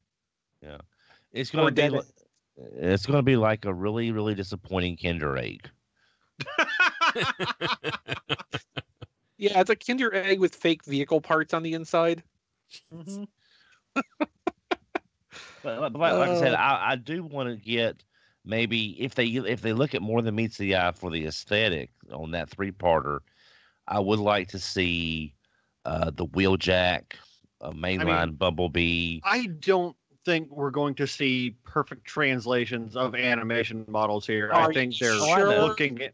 Are you sure? I think they're looking at animation models and taking basic shapes and translating that to toys as best they can. Because we saw Tetrajets, we saw Soundwave as a lamp, which basically any Soundwave toy can do that anyway, so that's not really that impressive. Yeah. And then we saw Bumblebee, Wheeljack, and I think Jazz's vehicle mode. Yeah. I think they would probably have those 3 take one for the team to have them match the animation and then just do whatever with the other stuff to be basically in the same style, but they're still able to make all that up. I think they can have those 3 be the sacrificial examples, but even just to maintain the idea. Based on the memory, the Jazz is actually fairly doable, but the Wheeljack would be Jazz is plausible. Impossible. Yeah. Not if you just unwrap a vehicle shell and there's a G1 Wheeljack robot folded up inside. I mean, I'm just wondering if maybe they might look at the Marvel comics as some possible other inspiration for the pre-Earth modes, like Optimus Prime being the gun emplacement, or I mean, would buy a toy of that Optimus Prime shopping cart with a gun on top. I mean, I would buy a shopping cart with a gun on top. So I mean, there's some strange looking things in the comic, but I'm just saying if they need inspiration for pre-Earth modes, there's a lot of good, at least inspiration there, even if not actual practicality. The worst part is that I don't know if I want them to go full Sunbow on this or not, because there's a certain appeal to that, even though I think the toys would end up being not great. And at the same time, if they don't do that, we're just doing another riff on War for Cybertron, the game, and I don't know if I need that again. And on some level, I think Orion Pax in the Leader Optimus is a sign that they're willing to go full Sunbow as much as is practical when the opportunity arises. Yeah. Right. And I would honestly like to see that Jazz and that Bumblebee translated to official toys provisionally, I will say. I mean, there's definitely ways I don't want to see that done, like being massive shell formers. But I'd like to see takes on that in a more conventional style. Wheeljack's kind of a question mark because it is just basically a floating box. It's a Cybertronian minivan. Yeah, which I mean, at that point, the Lancia is quite an upgrade in alt modes. Yes. Yeah. From minivan to race car, I mean, hard to complain about that except for the loss of any and all cargo space. Mm-hmm. And as I've gotten older, I've certainly come to appreciate cargo space. Yes. Big trunk, lots of pockets. So it's all good things. Yeah. So let's see. Following up from our report card, let's take a look at what we learned from Toy Fair, which is things that were from the Q&A segments or just talking to the Hasbro people in the showroom, stuff that wasn't in the photos. So we covered some of this, like Studio Series being the toy support for the Bumblebee movie. I've got to mute for a second because I feel a sneeze coming on, but except when I say that, the sneeze goes away. So I've solved my own problem. Perfect. Stickers. Let's talk about the stickers. So they say they're going to remain for the duration of Power of the Primes. Because they've already started, and there's no sense changing now. A wave and one figure, basically. Yeah. Yeah. Also, it's just too late to change that. So that's I'm sure that's been in the can for at least a year. But it sounds like they're not going to be relying on that so much for the War for Cybertron toys, but probably just because they don't need to. Like, Diecast, I think it was from your Q&A recording, we heard them say something like they were trying specifically to recreate the feel of the G1 toys, which unfortunately included that style of stickering. Yeah. So, like, I don't think this is a case of where they're listening to our concerns and adjusting their approach for the future. It's just that, no, we're done with this anyway, so don't worry about it.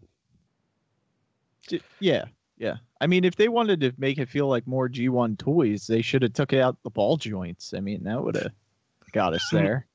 They can't do that because the ball joints are the cheapest kind of joint they can put in the toy. Yeah, like, literally, that's the cheapest articulation possible.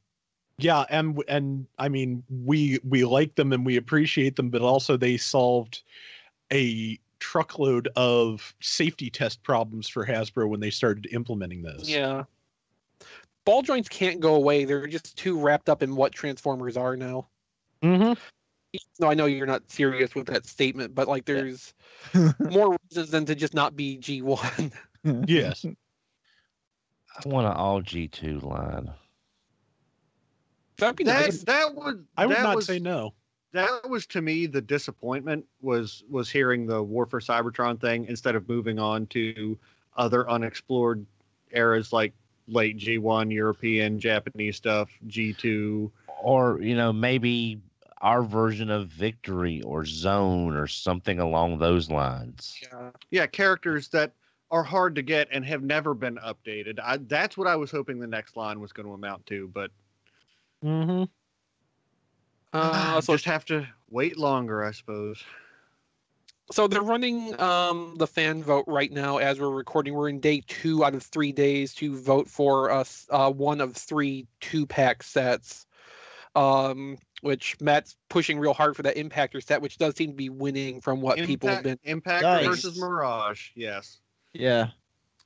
Yeah, I want that Trax versus Needle Nose. We were talking about this on Saturday, too. Like, we kind of need a new Trax in one of the current styles, because, I mean, it's been a while. And that would get the third one is Spinister versus Wheeljack, correct? Which I don't think anybody's interested in. Oh, I voted for that one. Damn it, Jason. I need my scavengers. Jason, you had one job. But I did say on Twitter, and that was to not vote for the Wheeljack toy. It's a vote that goes out on the internet. I voted for that one, but I vote for that one because everyone else is voting for Impactor, so it doesn't matter. This is you're just going to throw your vote away. Yes. Yeah, you voted independent. Actually, I did do that, yes. But now, we've not seen pictures of these toys yet, correct? Well, so, because they haven't been made yet. Okay, well, we're not going to see these for, 18 months? Probably. We've seen, there were some... Comic-Con is the first we would see them. There was a video, and there's screen grabs from it up on TFormers.com of 3 illustrations to go with this, but there's really no way of knowing how indicative those will be of the potential style of the final toys or not. I think none, because they don't want to give away what they're doing. War for Cybertron will bring us. I really hope inclined to agree. I really hope when Impactor wins, they remember that he's not a Decepticon and put the wrong symbol on him because he's an. Oh, that would be brilliant. if I had my druthers, again, this is based on IDW from what I was told, but I'd rather have like Jazz and Needle Nose, because they're kind of in G1 they're kind of like each other's opposite. In IDW, they're brothers. Yeah. Trax and Needle Nose are. Yeah. Oh well.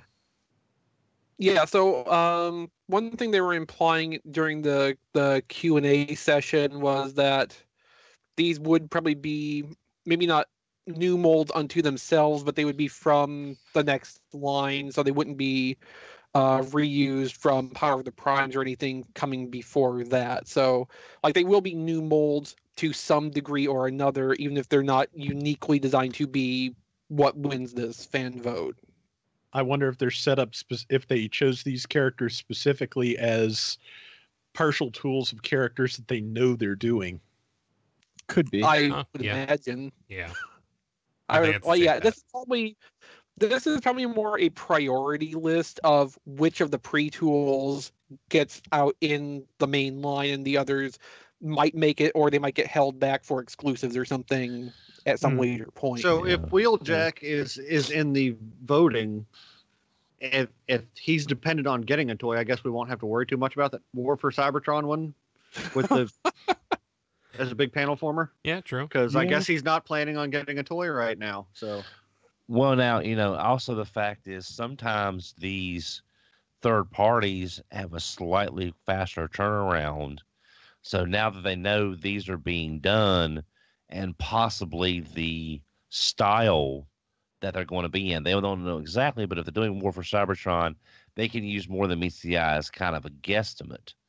So we might see the toys that don't win might come out first through third party, so that way everybody gets what they want. I honestly do not expect third parties to ever be that creative. We might see masterpiece versions of the more than meets the eye designs of those characters. That'd be interesting. But, the third party's not into doing classics anymore, Don. Yeah, if third party missed the gold mine that ready in Titan's Returns for Transdectors, that's true.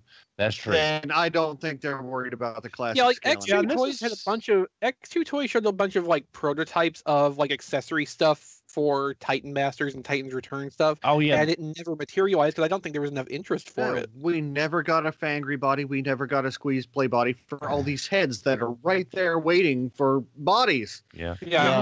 And I thought for sure someone was going to do that. Like, we really need a Scorponok for that Scorponok head. Yeah. To be honest, a third party is so much its own separate thing with its own separate market and separate customers that, with the exception of the upgrade kits, I don't think there's a lot of demand for like doing full figures that are compatible with generations, which is one of the reasons I don't own a lot of third party stuff, honestly. No, we need our 103rd Springer. In the masterpiece scale. Scale. We're getting there. Yeah, they have all of them. They have to get on that. Or the 74th Cliff Jumper. And our Baker's dozen of RC. Yet more Dinobots. That combine.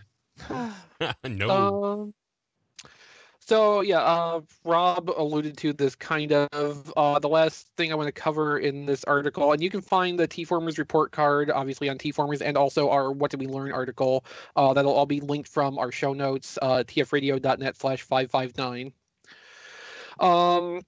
So, as I wrote in the article, in something that's probably only of importance to a certain variety of capital T toy nerd, we do have a proper name attached to the practice of two toys sharing core parts and swapping out a bunch of the rest to make them distinctive. Apparently, they call that internally a partial tool, which makes sense to me, that terminology. Yeah. Unfortunately, that means we still don't have a proper name for the practice of, like, Hunger, where it shares a lot of the engineering principles of Silverbolt, but does not actually have parts in common. So I guess we're still going to have to just call that a retool and drive half the fandom nuts. Well, not a retool. It would be a remold. We don't call that a retool. Shared engineering.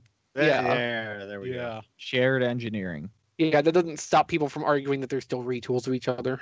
Yeah. Well, people do enjoy being wrong. It's only a retool if it has new parts, and if it's more than 50% new parts, then it's a partial tool. If it's part new parts and part old parts, it's new Soundwave. Correct. Okay, so do we have anything else we want to cover from the tail end of Toy Fair before we move on, or Hasbro has a Power Rangers license now. That's awesome. that did kind of dominate our Toy Fair news cycle. I'm not gonna lie. Oh yeah, It really did. Power Rangers with Combiner Wars technology and articulation. And it's freaking Go Busters. Yeah. Yeah. To be clear, Don's speculating on his part, or just Blue Sky. Yes, yeah. I'm Blue Sky, but I'm just saying they can give us shoulders and elbows and knees now. So yay. It is still Power Rangers. Let's not get ahead of ourselves. But no, but about the only other thing I kind of want to say about Toy Fair is that as much as I wish it was less 84, I do kind of like some of those Cyberverse figures. I don't think they look bad. Some of them look really interesting. I'm not going to buy any of them, but some of them look really interesting. There's a couple I might grab, but it depends. You know, I'm not going to be hurting for Megatron, Starscreams, Grimlocks, or Bumblebees anytime. In the next 5 years. I need a good Shockwave. Depending on what that thing looks like on a shelf. Yeah. Yeah. Spiderwave? Yes. Spiderwave does whatever a Spiderwave can. It doesn't really work. It doesn't. Spiderwave and his amazing friends. Okay, all right. so time off for the of news. Fair. Yeah. An hour and 15 minutes in. Well, it's an XV show, so this is to be expected. Yes. It's an XV show right after a major event, so this is kind of what happens. Mm-hmm. So should we be worried about the war for Cybertron? Yes, we should Now, always this be is worried. this is an article I wrote on TFormers, which Brian put into the main news, and I'm going to leave it because it's a good discussion point to jump off of.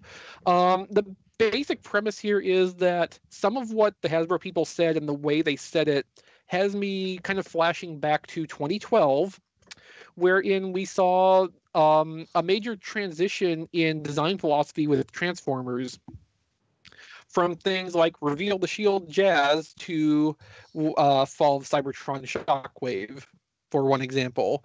Like we saw a major decrease in the complexity, size, parts count of the toys, and the price increase to match. And after that point, we did not see any of those pre-2012 molds show up at retail again. Now, one of the things they were saying about with the War for Cybertron toys was that there was not going to be any carry forward from Power of the Primes or the other Prime Wars trilogy toy line molds, excluding maybe exclusives here and there. But in the main retail line, they were not going to be carrying forward any of those molds.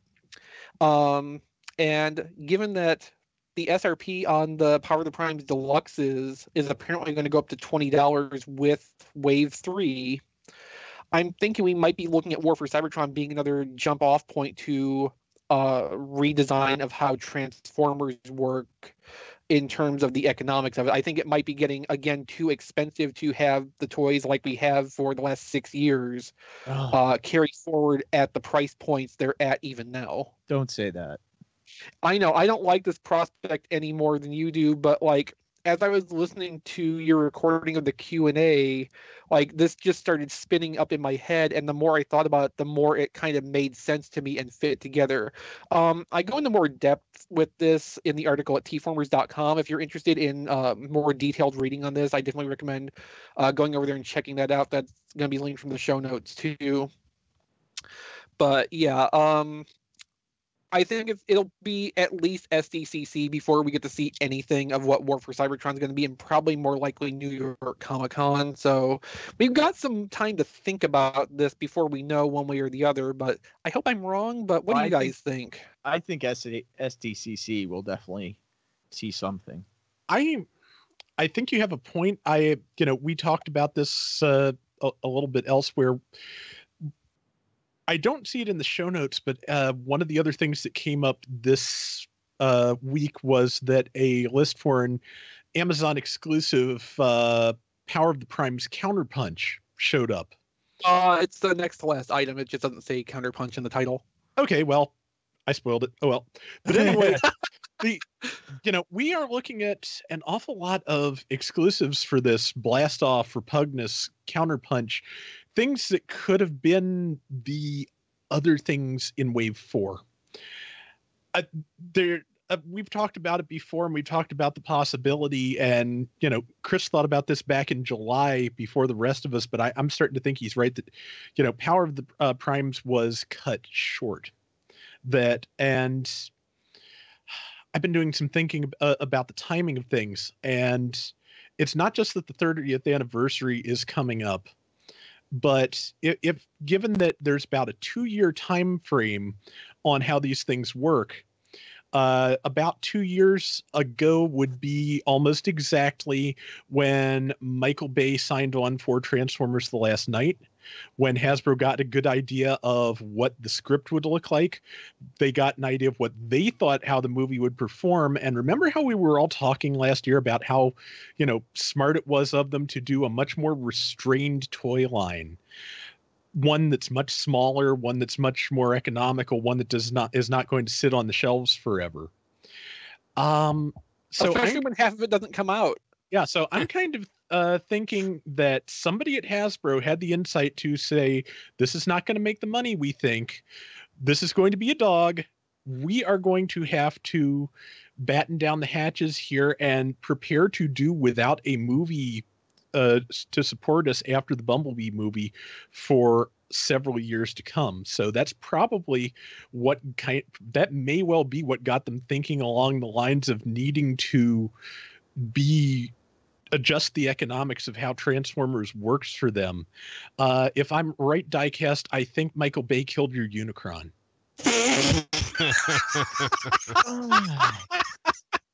Damn it, Michael Bay. That would have to be a lot of predicting going really right, though. I mean, I'm not saying you're wrong. It's just a lot of... Okay, they can look at track records, though. Oh, yeah. They can look at the track records and, realize, Age of Extinction, that didn't perform that well.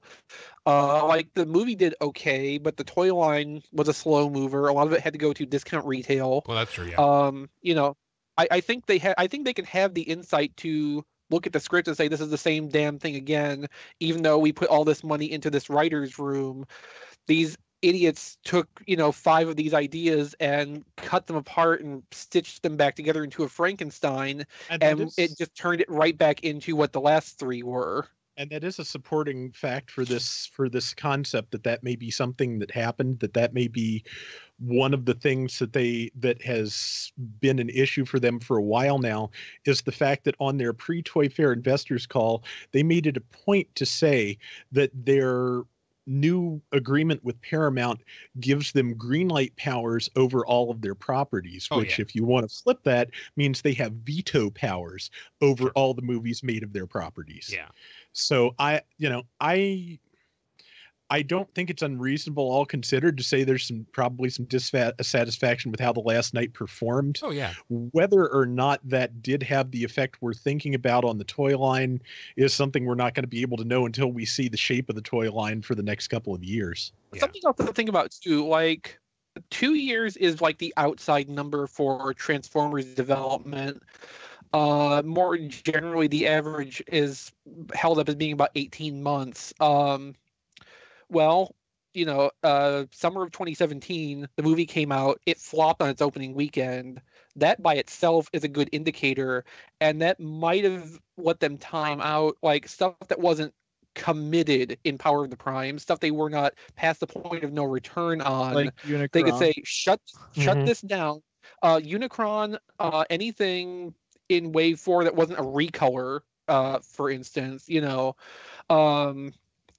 might have had time to say, shut this down. We are going to scale this back as quickly as we can. That's as far forward as we can do this, and it's time to shift gears for our next line. There would be enough time from that movie opening weekend to February or so when they would, in their minds, think the War for Cybertron line to be starting up. Yeah. There's enough time just to get that in motion, I think. Yeah, and it's entirely possible. The leaks we got, I believe, were dated for early or mid-June, so it's entirely possible that the shape of power of the primes, as shown to retailers and whoever else got leaked to at that point, was based on them having just seen the movie. Yeah, it could be. I hope, even at that point we knew that Deluxe Wave 4 of Power of the Primes, which at that point was plotted out for July in those documents, still was only cycling in one new toy, which was just a redeco, partial retool. Yeah. I hope you're wrong. Me too. Honestly, me too. Because honestly, everything you're saying makes sense. Yeah, that's just the worst part of this. The thing that doesn't make sense. That's depressing. Is they've already jumped up in price to $20 for and they're smaller deluxe figure. Yeah. Even if it is in the studio series, the jump is already there. Generation. If you go, this is coming in wave 3. If you go any smaller, you're down to legend scale.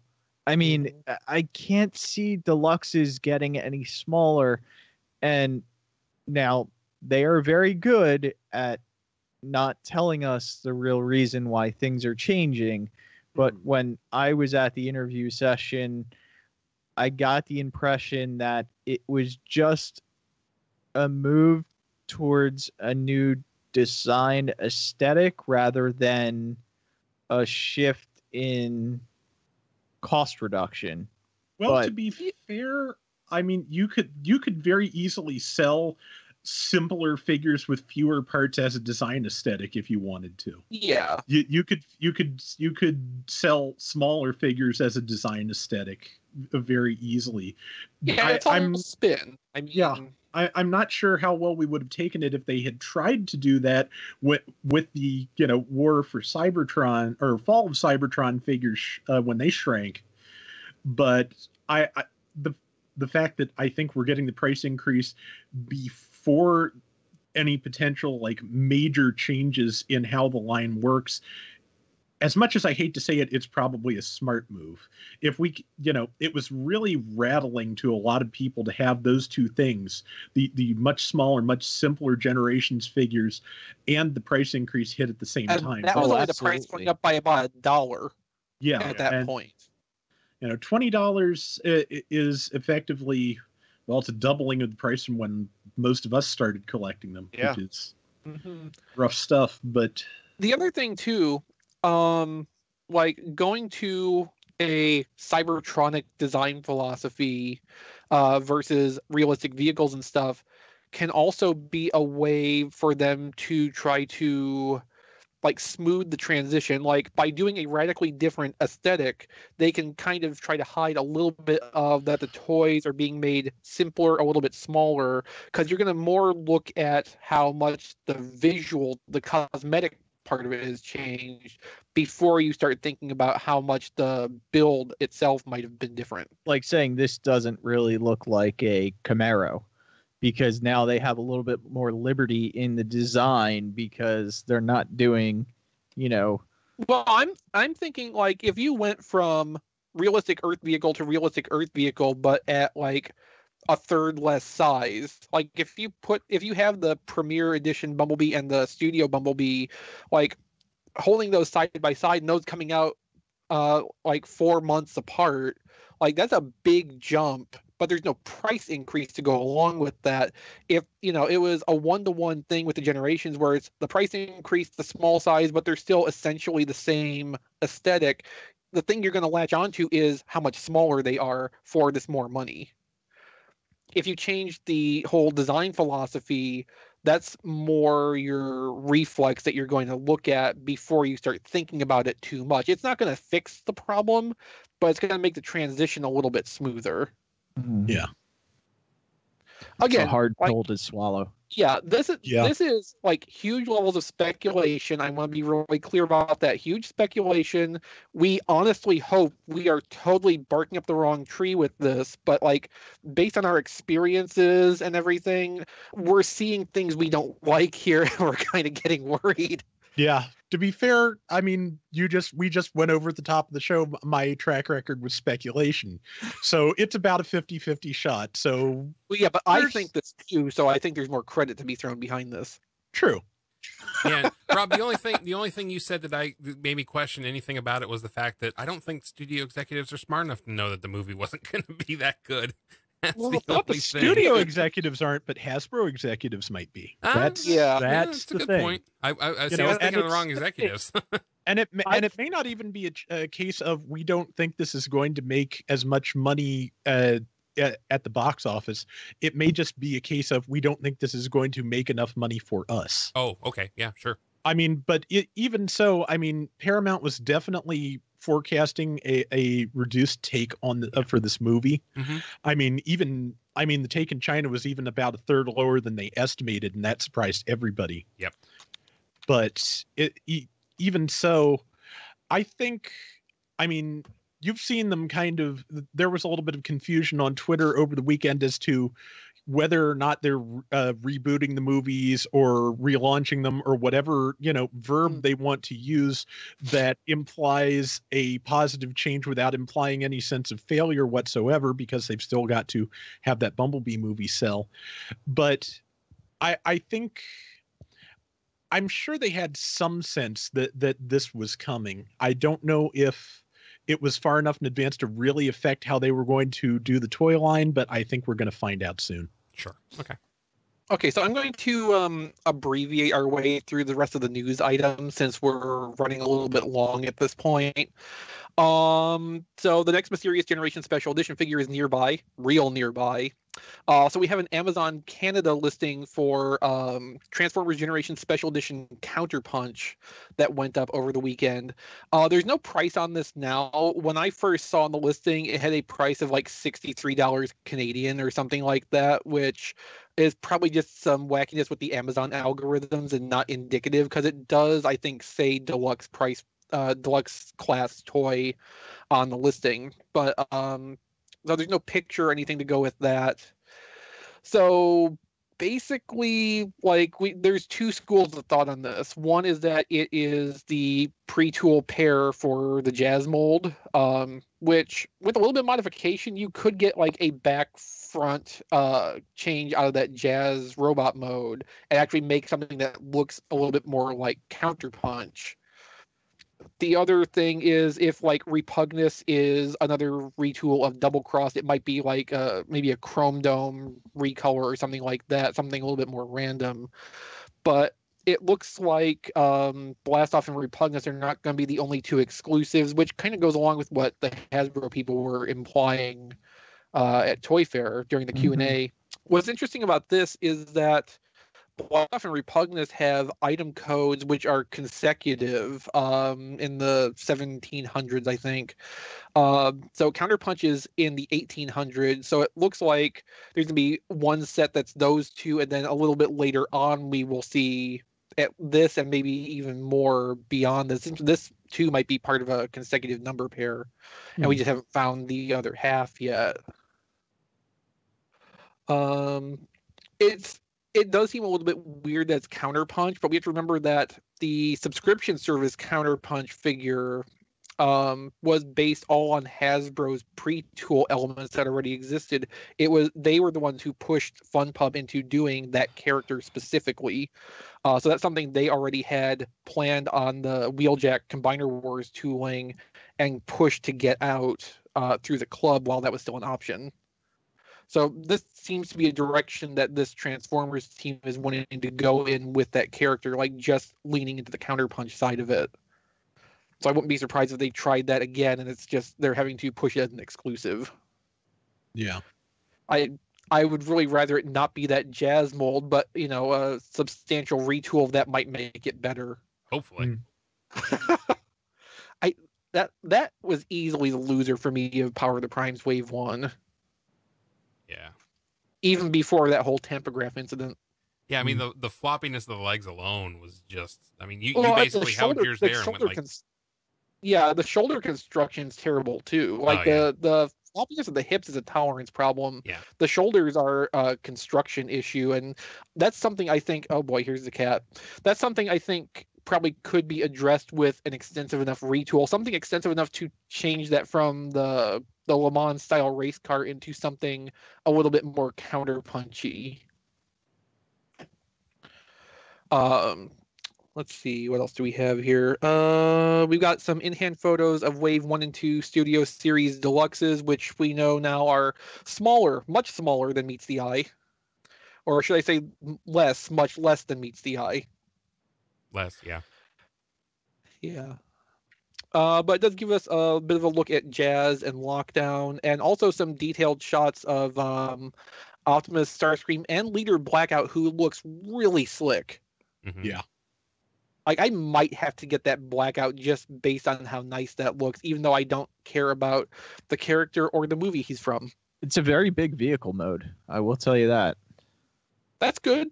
I would imagine it would have to be, because... Yeah. Yep.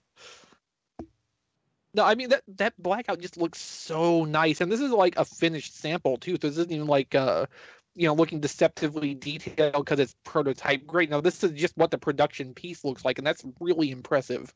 Do you think those movie figures are going to be the Studio Series are going to be street dated, or do you think they're going to start showing up in like a month or two? I mean, street date wasn't the street date given as April 4/20. Yeah. That's what's in Toys R Us's computer system, and Amazon Japan put up their pre-orders for the Wave 1 Studio Series stuff. And their date is 4/21. And basically it's the same thing as Toy Fair versus Wonderfest. It's basically happening the same day. It's just the difference in time zones making what's 4/20 here be 4/21 there. So it probably is the April 20th date. And again, the Hasbro Toy Shop release of the Wave 1 Deluxes is just kind of like a preview thing before they go to their real distribution in April. So, Don, here's one for you. Mastermind Creations Azalea, Masterpiece Alike, not RC. Let me take a look at this real quick. I don't think I've seen this one. It doesn't look that good to me. I think they did a misstep by not showing this in color, because it's just. I think it'll look better in color. Oh yeah. I mean, the Fans Toys one to me looks much better. Yeah, that's yeah. Looks very Toy Worldy to me. Ooh, that's a low blow. Yeah. Ouch. Yeah, the head looks to be too big for the body. Yeah, I was kind of getting that impression too. And maybe it's a headmaster. That's because of the headmaster function, Don. No, I mean that doesn't. I don't think that's a headmaster. The car mode looks okay. Well, I mean, at least has a back end. Yeah, it has a back end. Yeah, but no, I think unless this changes significantly, no. I feel like the lower legs just look really tiny on this. Like yeah. Just not even proportioned. Diecast parts too. I saw some other pictures of this that don't have the black paint on the lower legs, and they are just metal. Okay. And DJD fans will be happy to see the pet Dominus Ambus. Mm-hmm. Oh, spoilers! Sorry, don't care. Oh yes. All spoilers for a comic from like what 2-3 years ago now. Yeah, Lost Light has made me stop caring about spoilers. It's been just over a year, I'd say. Oh yeah. No, that reveal was like only halfway through, so almost a year and a half. Oh. That was issue like 53 or so. It was right at the end of More Than Meets the Eye. Yeah. I want to see the other DJD figures before we get. Yeah. Mm-hmm. Becoming impatient. So is that who the wolf guy is? Yep. Yeah, that's Foxfire. Okay. Yeah, no nickel to be seen apparently. Not yet. I'm more worried about Helix and Thesaurus. No nickel, obviously, and the pet. Those are the important ones, right? Don't turn into fan project, damn it. Helix and Tesserus have to be later on because they're going to be so much bigger than the other ones. Yeah, you figure they would have spaced them out from each other. No, they have to put out the rest. They have to put out the rest first so they know you're committed. Small figure. Yeah, like this one should have been in the middle. Okay, yeah. So what's going to happen? So they're doing Foxwire. Then obviously they'll do Helix or Tesserus. Then they'll do Nickel like a year later. And then a year after that, they'll do whichever one of the big ones is left. So they will space them out that way.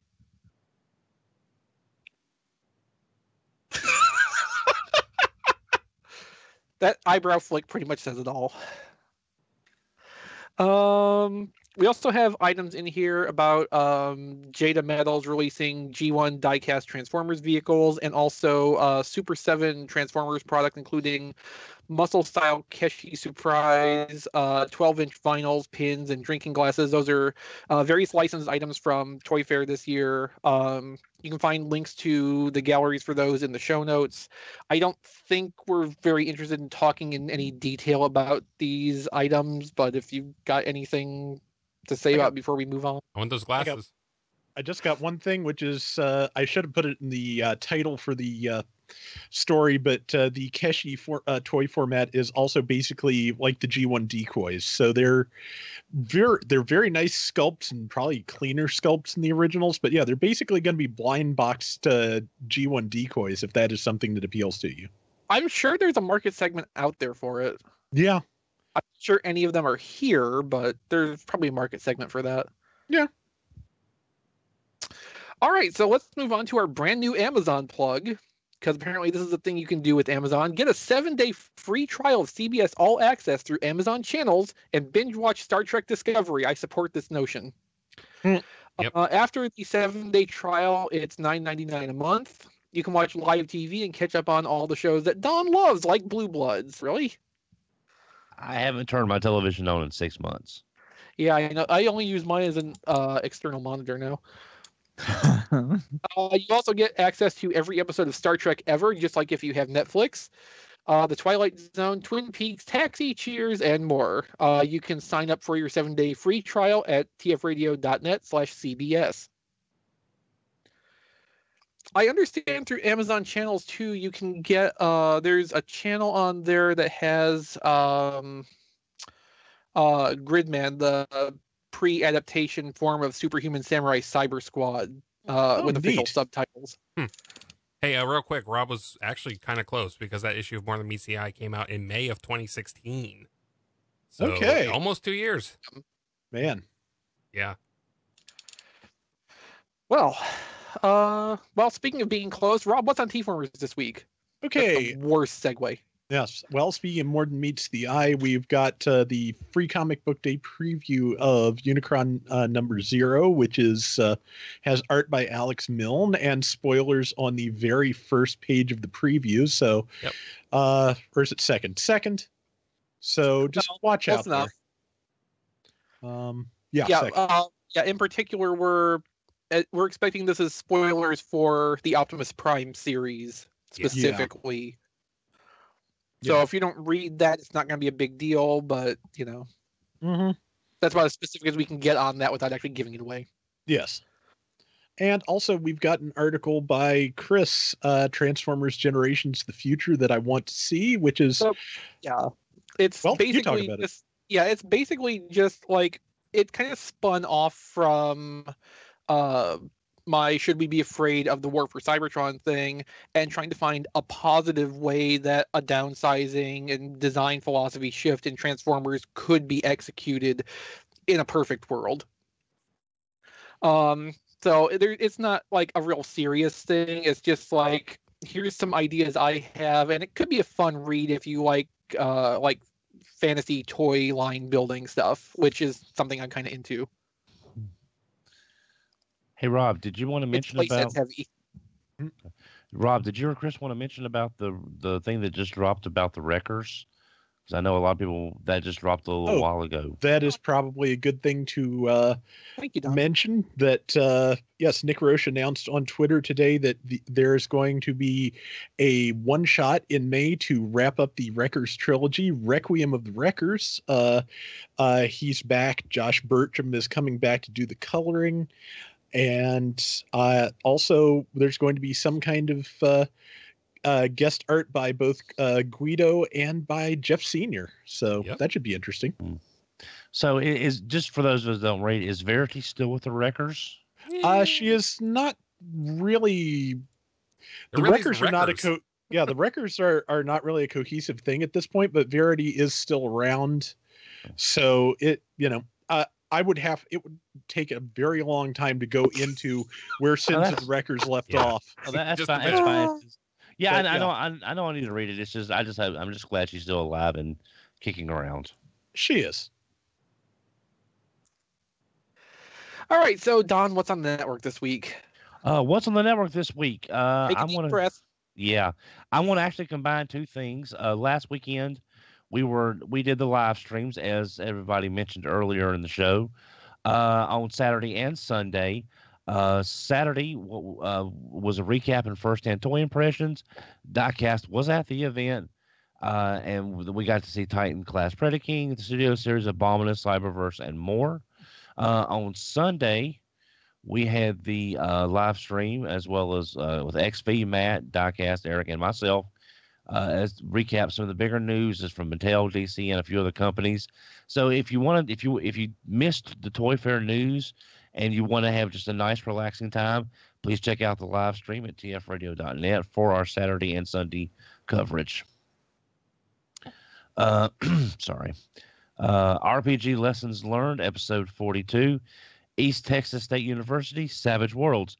This week on RPG Lessons Learned, Dusty, Brian, and Mike discuss the first game in their Savage Worlds campaign.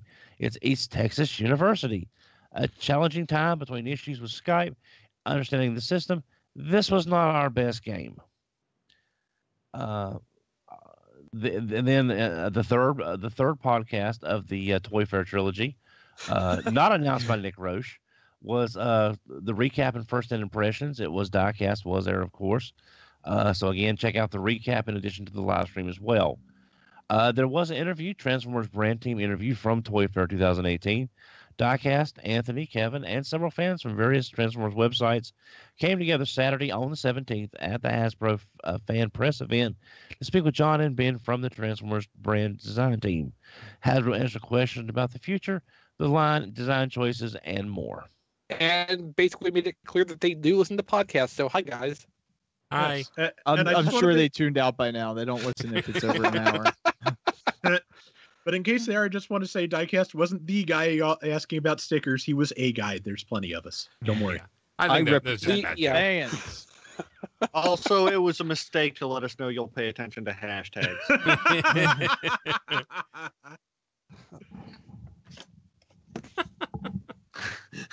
You're not going to mention yours, Diecast? What's hashtag get Unicron Seacons made. before Unicron. No, hashtag get Unicron made. If you hashtag train bots before Unicron. If you're not a dick like first. Matt, then you can hashtag get Seacons made also. Yeah, this hashtag's nonsense was a bad idea. Well, there's a reason that for the fan vote, they're only paying attention to Facebook and Instagram and not Twitter. Yeah. No, I think they opened it up to Twitter today. Oh, that's going to be great. Why would they not pay attention to Twitter? When I think hashtag, I think Twitter. All right, hold on a second. Yeah, I guess they did open it up. Let's see. Spinister versus Wheeljack. Okay, I'm good. Okay, continue. Oh, boy. So Diecast, do you want to recap for us your review on RFC Reviews again? Yes, I did a review of Sarge, which is Generation Toy. You should check out the review if you're interested in him. He's a great figure. I'm not going to make you watch the review to tell you that, but go to the review and find out why. One thing I did do wrong in the review is you can flip these panels around if you want. It wasn't really like a big thing, but someone mentioned it, and I was like, oh yeah, it's not really a big thing, but you can flip them around. What happens when you flip them around? I don't know. Like you can have them like this way, or you can have them this way. So I guess if you want like a toy look versus a more clean like G1 Media look or something like that. Yeah, I mean it's not a big deal, but you can do it. And there's also panels underneath that flip out to fill in this gap right here, which I also forgot, which no one mentioned yet. So I'm mentioning it now. Just so someone's gonna mention that. Oh, they will. Yeah. Do you have anything else coming up this week? Well, I have lots of stuff. I just need time to record it. Yeah, I was impressed that you put that review up after doing the whole Toy Fair weekend thing. I know, jeez. Yeah. Putting in work. It's like you don't want to be around your family at all. Well, this was... When did I do this? Yesterday or Monday? I think it was Monday. It might have been Monday. Because I was like, oh, God, I have to get that review done. I've been meaning to. Yeah, you gotta get all those studio toys now. Yeah, I got to get them done. Because I was like, really like this Bumblebee, and I'm more tempted to do a review when I like the figure than when I don't like the figure. Makes sense. Yeah. Sometimes I'm more inclined when I really don't like a figure to like just sit down and make sure everybody knows why. I just don't like to be negative, so like I'll point out things that I don't like, but if I really don't like the figure, I usually don't want to review it. I like to say that I reserve the right to be negative, but I want to make sure that I am able to express why clearly. I will admit that sometimes when I really, really don't like a figure and it's just torture to handle and photograph, those reviews tend to take longer. I can understand that. So JT Prime in the chat said that Figure King article said that it had an inside scoop on a new Masterpiece Prime for the 35th anniversary. I'm unsurprised. Yeah, I can see that. Come on, Fire Convoy. Come on, Fire. I don't want a new Masterpiece Prime. You don't have to buy it. Not sure anybody do was some of the them. figures that they haven't done yet. Yeah, I'm trying to figure out. So, like, Masterpiece Dinobots, like MP42, I think. The Masterpiece releases have like slowed to a very, very, very, very slow crawl. Yeah, it's almost like there's a contraction in the brand. Yeah. I'm just wondering if they can. I'm wondering if they can like push it out far enough where the 35th anniversary new Masterpiece Optimus can be like MP50. I'm thinking no, but I think they might get to MP45. Maybe. I guess it depends how loose they get with the numbers on like recolors and stuff. They're gonna get They'll make everything it fit, gets its own number.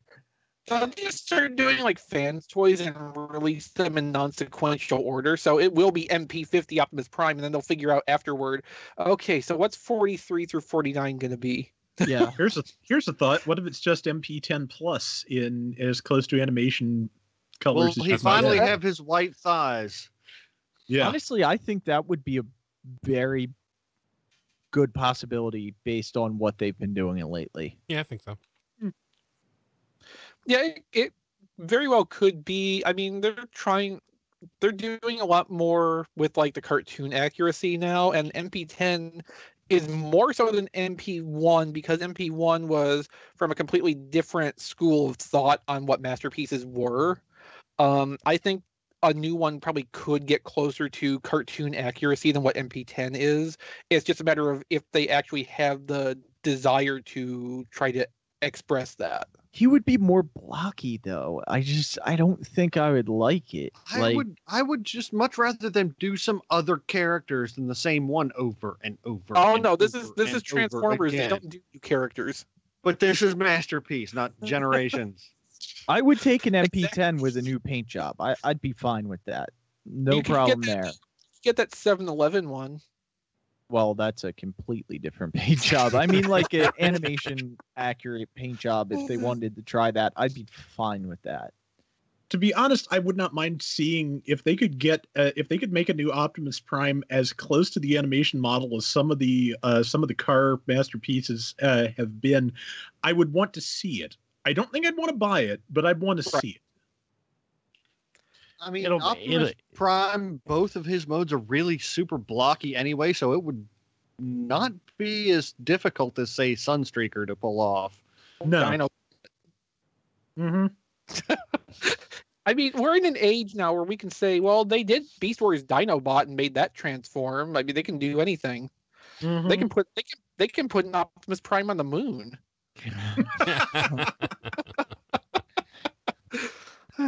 It'll be an Optimus Prime that's cell shaded, and then it'll have that one mouth from the comic where he has all the teeth, so that way you can switch them out. You're saying these things, Don, in that weird tone of voice, but like I am really not opposed to any of the things you're suggesting right now. I would be down for a cell shaded one, because if they could get close to commercially replicating what some of the customizers have been doing with cell shading, I'd kind of want to own one of those. I pre-ordered that YiJiang MPP-10 just because of the cell shading. Oh yeah, I forgot about that. And he transforms into a grocery cart with a gun on top.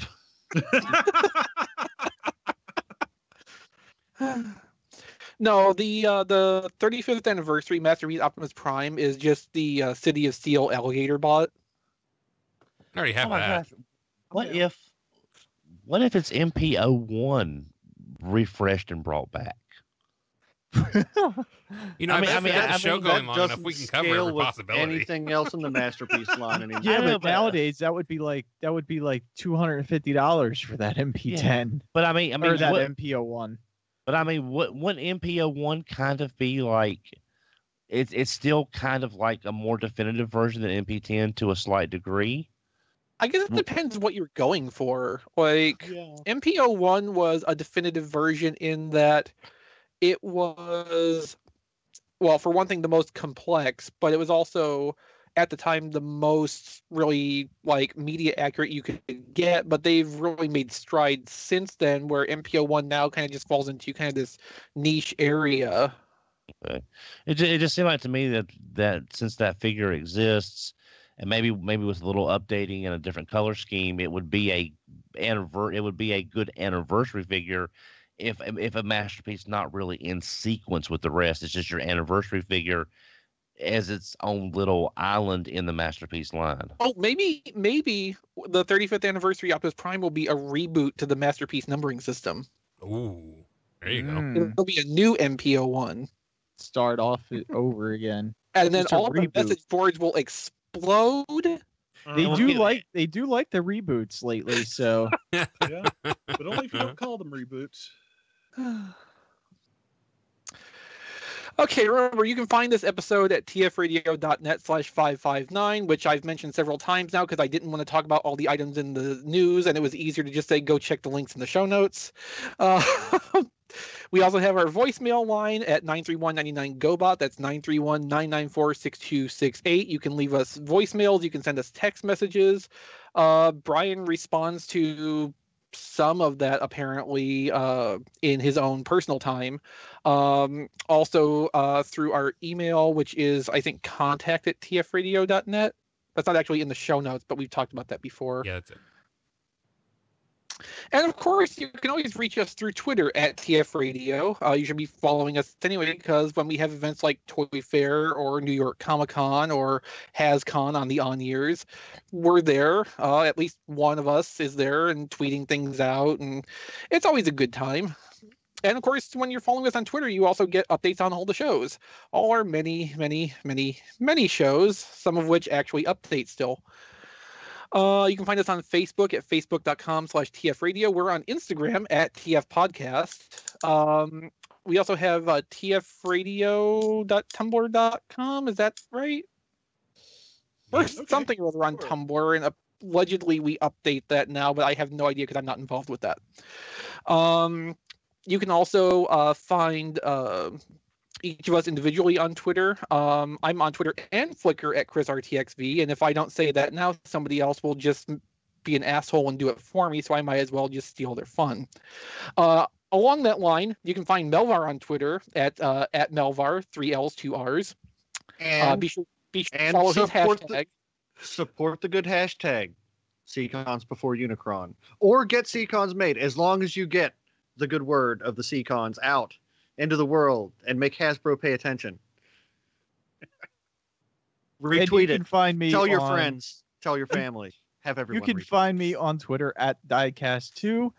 And make sure you go to my Twitter and you find the hashtag Get Unicron Made, so we can keep that going and get Unicron made, and everyone after the Seacons. And you can and if you want, you can also support hashtag Get Seacons Made, because it's not a bag of dicks. Also hashtag train bots before Unicron. That's one I'm also personally in favor of. Get train bots made works too. Before Unicron, yes. And then also you can follow me on Facebook at Reviews by Diecast and on YouTube at RFC Reviews. John DeLuna also suggests hashtag show edits. Well, it's not my problem this week. It's either going to be Brian Kilby's problem or Jason's problem, and either way, I don't care. It's the end of the show. No one's. Oh, I found what I was looking for in the chat. Blade Raider has a good one too. Hashtag Bay made Diecast cry. That works. And John just pitched in hashtag Jason's problem. Good. I like this one. My understanding is I'm not doing anything with the audio for this episode. Video wise, though, I do have some work to do now. Thanks, guys. I am not taking this episode and taking it down to highlights. I'm not doing that. Just Don, don't edit out my hashtag plugs. Don, where can we find you besides your other podcast? That's TFYLP. I can be found on Twitter at HMRC, the number 4, EVR. John? At that John D everywhere. That's my favorite. Yeah. Rob, tell us yours. Okay, I am on Twitter at Flailthroughs and Figure Reviewers. Also on YouTube at Flailthroughs, where I am still playing through Mobile Suit Gundam side stories. Good game? It's not bad. It's not like... That's higher praise than most Gundam games can get, so... Yeah. Well, it's no Gundam Breaker, but it's pretty... It's I am so tired and not able to think, but it's pretty good, and there's a lot of different options and stages and mobile suits to it, so I will probably be on this one for a while. Cool. Hey Rob, I got a question for you. Sure. I saw on one of the shows I follow about where Dynasty Warriors itself has been kind of trailing down for the various games. Have you noticed the same problem in the Gundam versions that use that same kind of engine or the same? I mean, have you noticed the decline in the quality of the games? There hasn't been a Dynasty Warriors Gundam since Dynasty Warriors Reborn, Gundam Reborn, which I have not played. But the first 3 have the problem of maybe not being like different enough from one another, I think. But there is a gradual increase of quality in them generally, as there usually is with Dynasty Warriors. I found Dynasty Warriors Gundam 3 to actually be a step backwards from 2. Really? Yeah, it was a lot more like linear and focused. Like it expanded the roster somewhat in interesting directions, but it didn't feel like there was as much to do or as much flexibility in doing it. I think 2 has probably been the peak of what I've played. You're probably right, because it has much like Saints Row. Yeah, it probably has. 3 had that thing going on where they make it look like there's more going on by having each individual character go through the same story mode repeatedly, kind of like, well, a lot of the Dynasty Warriors games do that, and so did the Gundam Versus games in their story mode. But also, good night, everybody, because this could get to be a long thing if we keep going from here. This week on Radio Free Gundam. Did you finish your plugs, Rob? Yeah. Okay, good. What? Also, you can find our video reviews on YouTube at TFormers TV. I did shoot package cover for all the new toys I got this week, so no promises on how soon, but that's certainly something that can happen in the near future. Cool. Jason, why don't you plug your stuff? Yeah, don't follow me on Twitter. My Twitter's hot garbage. What you should do is go to everlastingminute.com and listen to my new podcast, which I do with my podcasting co-hosts for Podvocacy, where we're doing a minute-by-minute breakdown of Willy Wonka and the Chocolate Factory. We're only on minute 2, released today, so plenty of time. Easy to catch up. So forget my Twitter.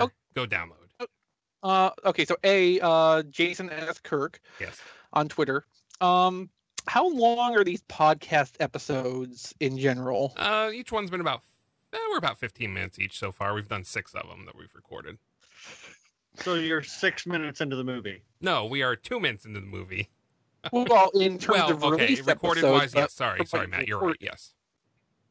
So, in the end, you're going to turn a movie that's about 2 hours long into like 5 days. Pretty much. Although if you look at some other minute by minute podcasts, we're looking like an hour for each minute, so we're not getting anywhere near that. Yeah. No thanks. Yeah, that sounds pretty reasonable in comparison, actually. Oh yeah, no, we're bite size. Come listen. Cool. Which is bite size your candy. Exactly. You're the fun size minute by minute podcast. Yes, thank you. Totally using that. Thank you, Chris. I expect royalties. You're getting them. Oh, jeez. And you can follow Rob Springer at Rob Springer. Also, check out zonebase.org. Hopefully, he'll be bringing back Being Awesome with Rob Springer at some point in the future, but I think he's still taking a well-deserved break right now. And I think that's it for the show this week. We've just managed to crack the 2-hour mark. So let's wrap this up while the design team is still listening, shall we? That was done a long time ago. Let's wrap this up while it's still shorter than the Toy Fair highlights reel. Yeah, We're close. Let's wrapping. So thanks for watching, everybody, and don't expect me to host again anytime soon because I'm sure Brian won't have it. Good night. Bye. Sorry, Jason. I didn't realize you hadn't plugged yet, or I would not have just tried to cut the things off there. Oh, no, that's fine. Just like, I mean, just the relative merits of Gundam games and Dynasty Warriors games, that could take a long time if you really got into it. So yeah, and if I made a face or anything, it was because I was trying to remember that I had to click on the button to show the website. So well, all we can see is your icon, so you're good. That's right. You're a delightfully thematically appropriate icon for that discussion, though. Yeah. I really outdid myself with that. Something I really should have mentioned about Sludge that just scares the crap out of me is that he's got a mushroom peg made out of gold plastic that you have to swivel for transformation. Yeah. I mean, today's gold plastics don't have that issue, do they? We don't know yet. They're too new. Yeah. Wait a couple years, we'll tell you. Put them under a heat lamp for a while and see what happens. Or magma, since they're, dinosaurs or... Jared Hebert suggests hashtag make Radio Free Gundam. No, that's okay. Yeah. That's right. I was going to say hashtag make Hasbro regret asking for hashtags, but... It's going to happen. Well, I can that see will happen sooner rather than later, I'm sure. Yeah. I can see it now, Chris and Rob and maybe me, that one episode of Gundam start at the beginning and cover every series. Oh, man. Don, do you have any idea what kind of time commitment that would be? Take what? Maybe the first Gundam is 42 episodes, minus Doan's Island, which is officially not part of the lineup anymore. Then Zeta is about 50. Double Zeta is like 46 or 47. Then you have Victory Gundam, which is back up around 50. You have the side stories, which are between 6 and 13 episodes each. I just want to point out, Don, that with Victory Gundam, we are up to about 1992. Plenty of time to do it. I mean, it's not like you're doing One Piece. So then after Victory, there's G Gundam, which would actually be fun to do. That's another 49 episodes or so. Gundam Wing's 49 more. Gundam X is a short one at 39 because they canceled that. Turn 8 Gundam's about 50. Gundam Seed is it will drain your life away, but is also close to 50 episodes. Gundam Seed Destiny will make you literally kill yourself with its 50-ish episodes plus a couple of after the fact specials that basically redo the last 2 or 3 episodes, I think. To make them worse. But after that, then is Gundam 00, which is broken up into 2 24, 25 episode seasons. Then Gundam Age, I think, is the next one. And then Conquista. Oh yeah, Reconquista in G. That one's not full length, is it? It's like 26 episodes only, right? Yeah, it's 26 episodes. Somewhere in there we have in either OAV or TV format Gundam UC. And then TV format, that's going to be another like 26 episodes, I think. Yeah, and they're basically identical to the OAVs. So, and then there's 2 seasons of Iron-Blooded Orphans, which, not counting Build Fighters, brings us up to the present. Yeah, so that's about what 400 episodes. I did not even try to count. Yeah. Easy peasy lemon squeezy. Oh, jeez. Yeah, you got about 8 years. With a regular schedule? Yeah, with a regular schedule. Well, what you can do is you can just leave out the filler episodes. That would eliminate most of Seed and Destiny. Yeah. But which is not a bad thing. No, it's really not. And Destiny had some of the best mechanical designs too. Except when it didn't. Yeah. Except when it didn't. Like all the mass production stuff was pretty fantastic, and then all the one-offs were kind of almost like they were designed by 2 different units. Mm-hmm. Oh yeah, Blade Raider mentioned SD Gundam Force. That's a good point. Oh yeah, also the various SD Gundam OAVs, if you can even find them all. Well, yeah, that's kind of a problem. Uh-huh. There's a lot of Gundam. Yeah. I mean, you could pare it down a little bit by swapping First Gundam for like the compilation movies. Yeah. That cuts almost a third off of your length. Yeah. I mean, you could theoretically do the same for a couple other series. I don't think the Zeta compilations are a good substitute for actual Zeta Gundam. Yeah, they're really not.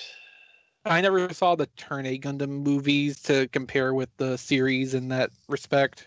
Neither did I, no.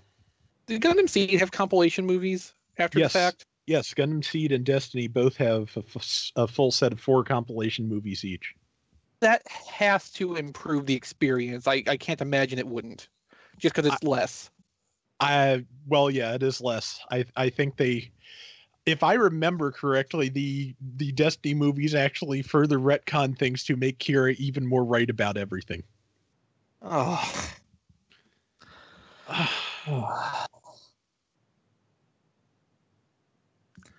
This is years of my life, and sometimes I still wonder why. I know, right? All right, I'm gonna start killing live streams. It's been 2.5 hours. I think you guys later, guys. And if I don't do it, my computer will do it eventually anyway. So, that's true. Let's do it like Brian. All right, bye Twitch, bye Periscope. I don't want to go to school today. You sound like my 3-year-old. Yes, I have a 3-year-old that literally says that. And all right, YouTube. That's what it's called. YouTube. I'll rate that. What? Taobao. Bye, Taobao. Bye, Taobao. Taobao.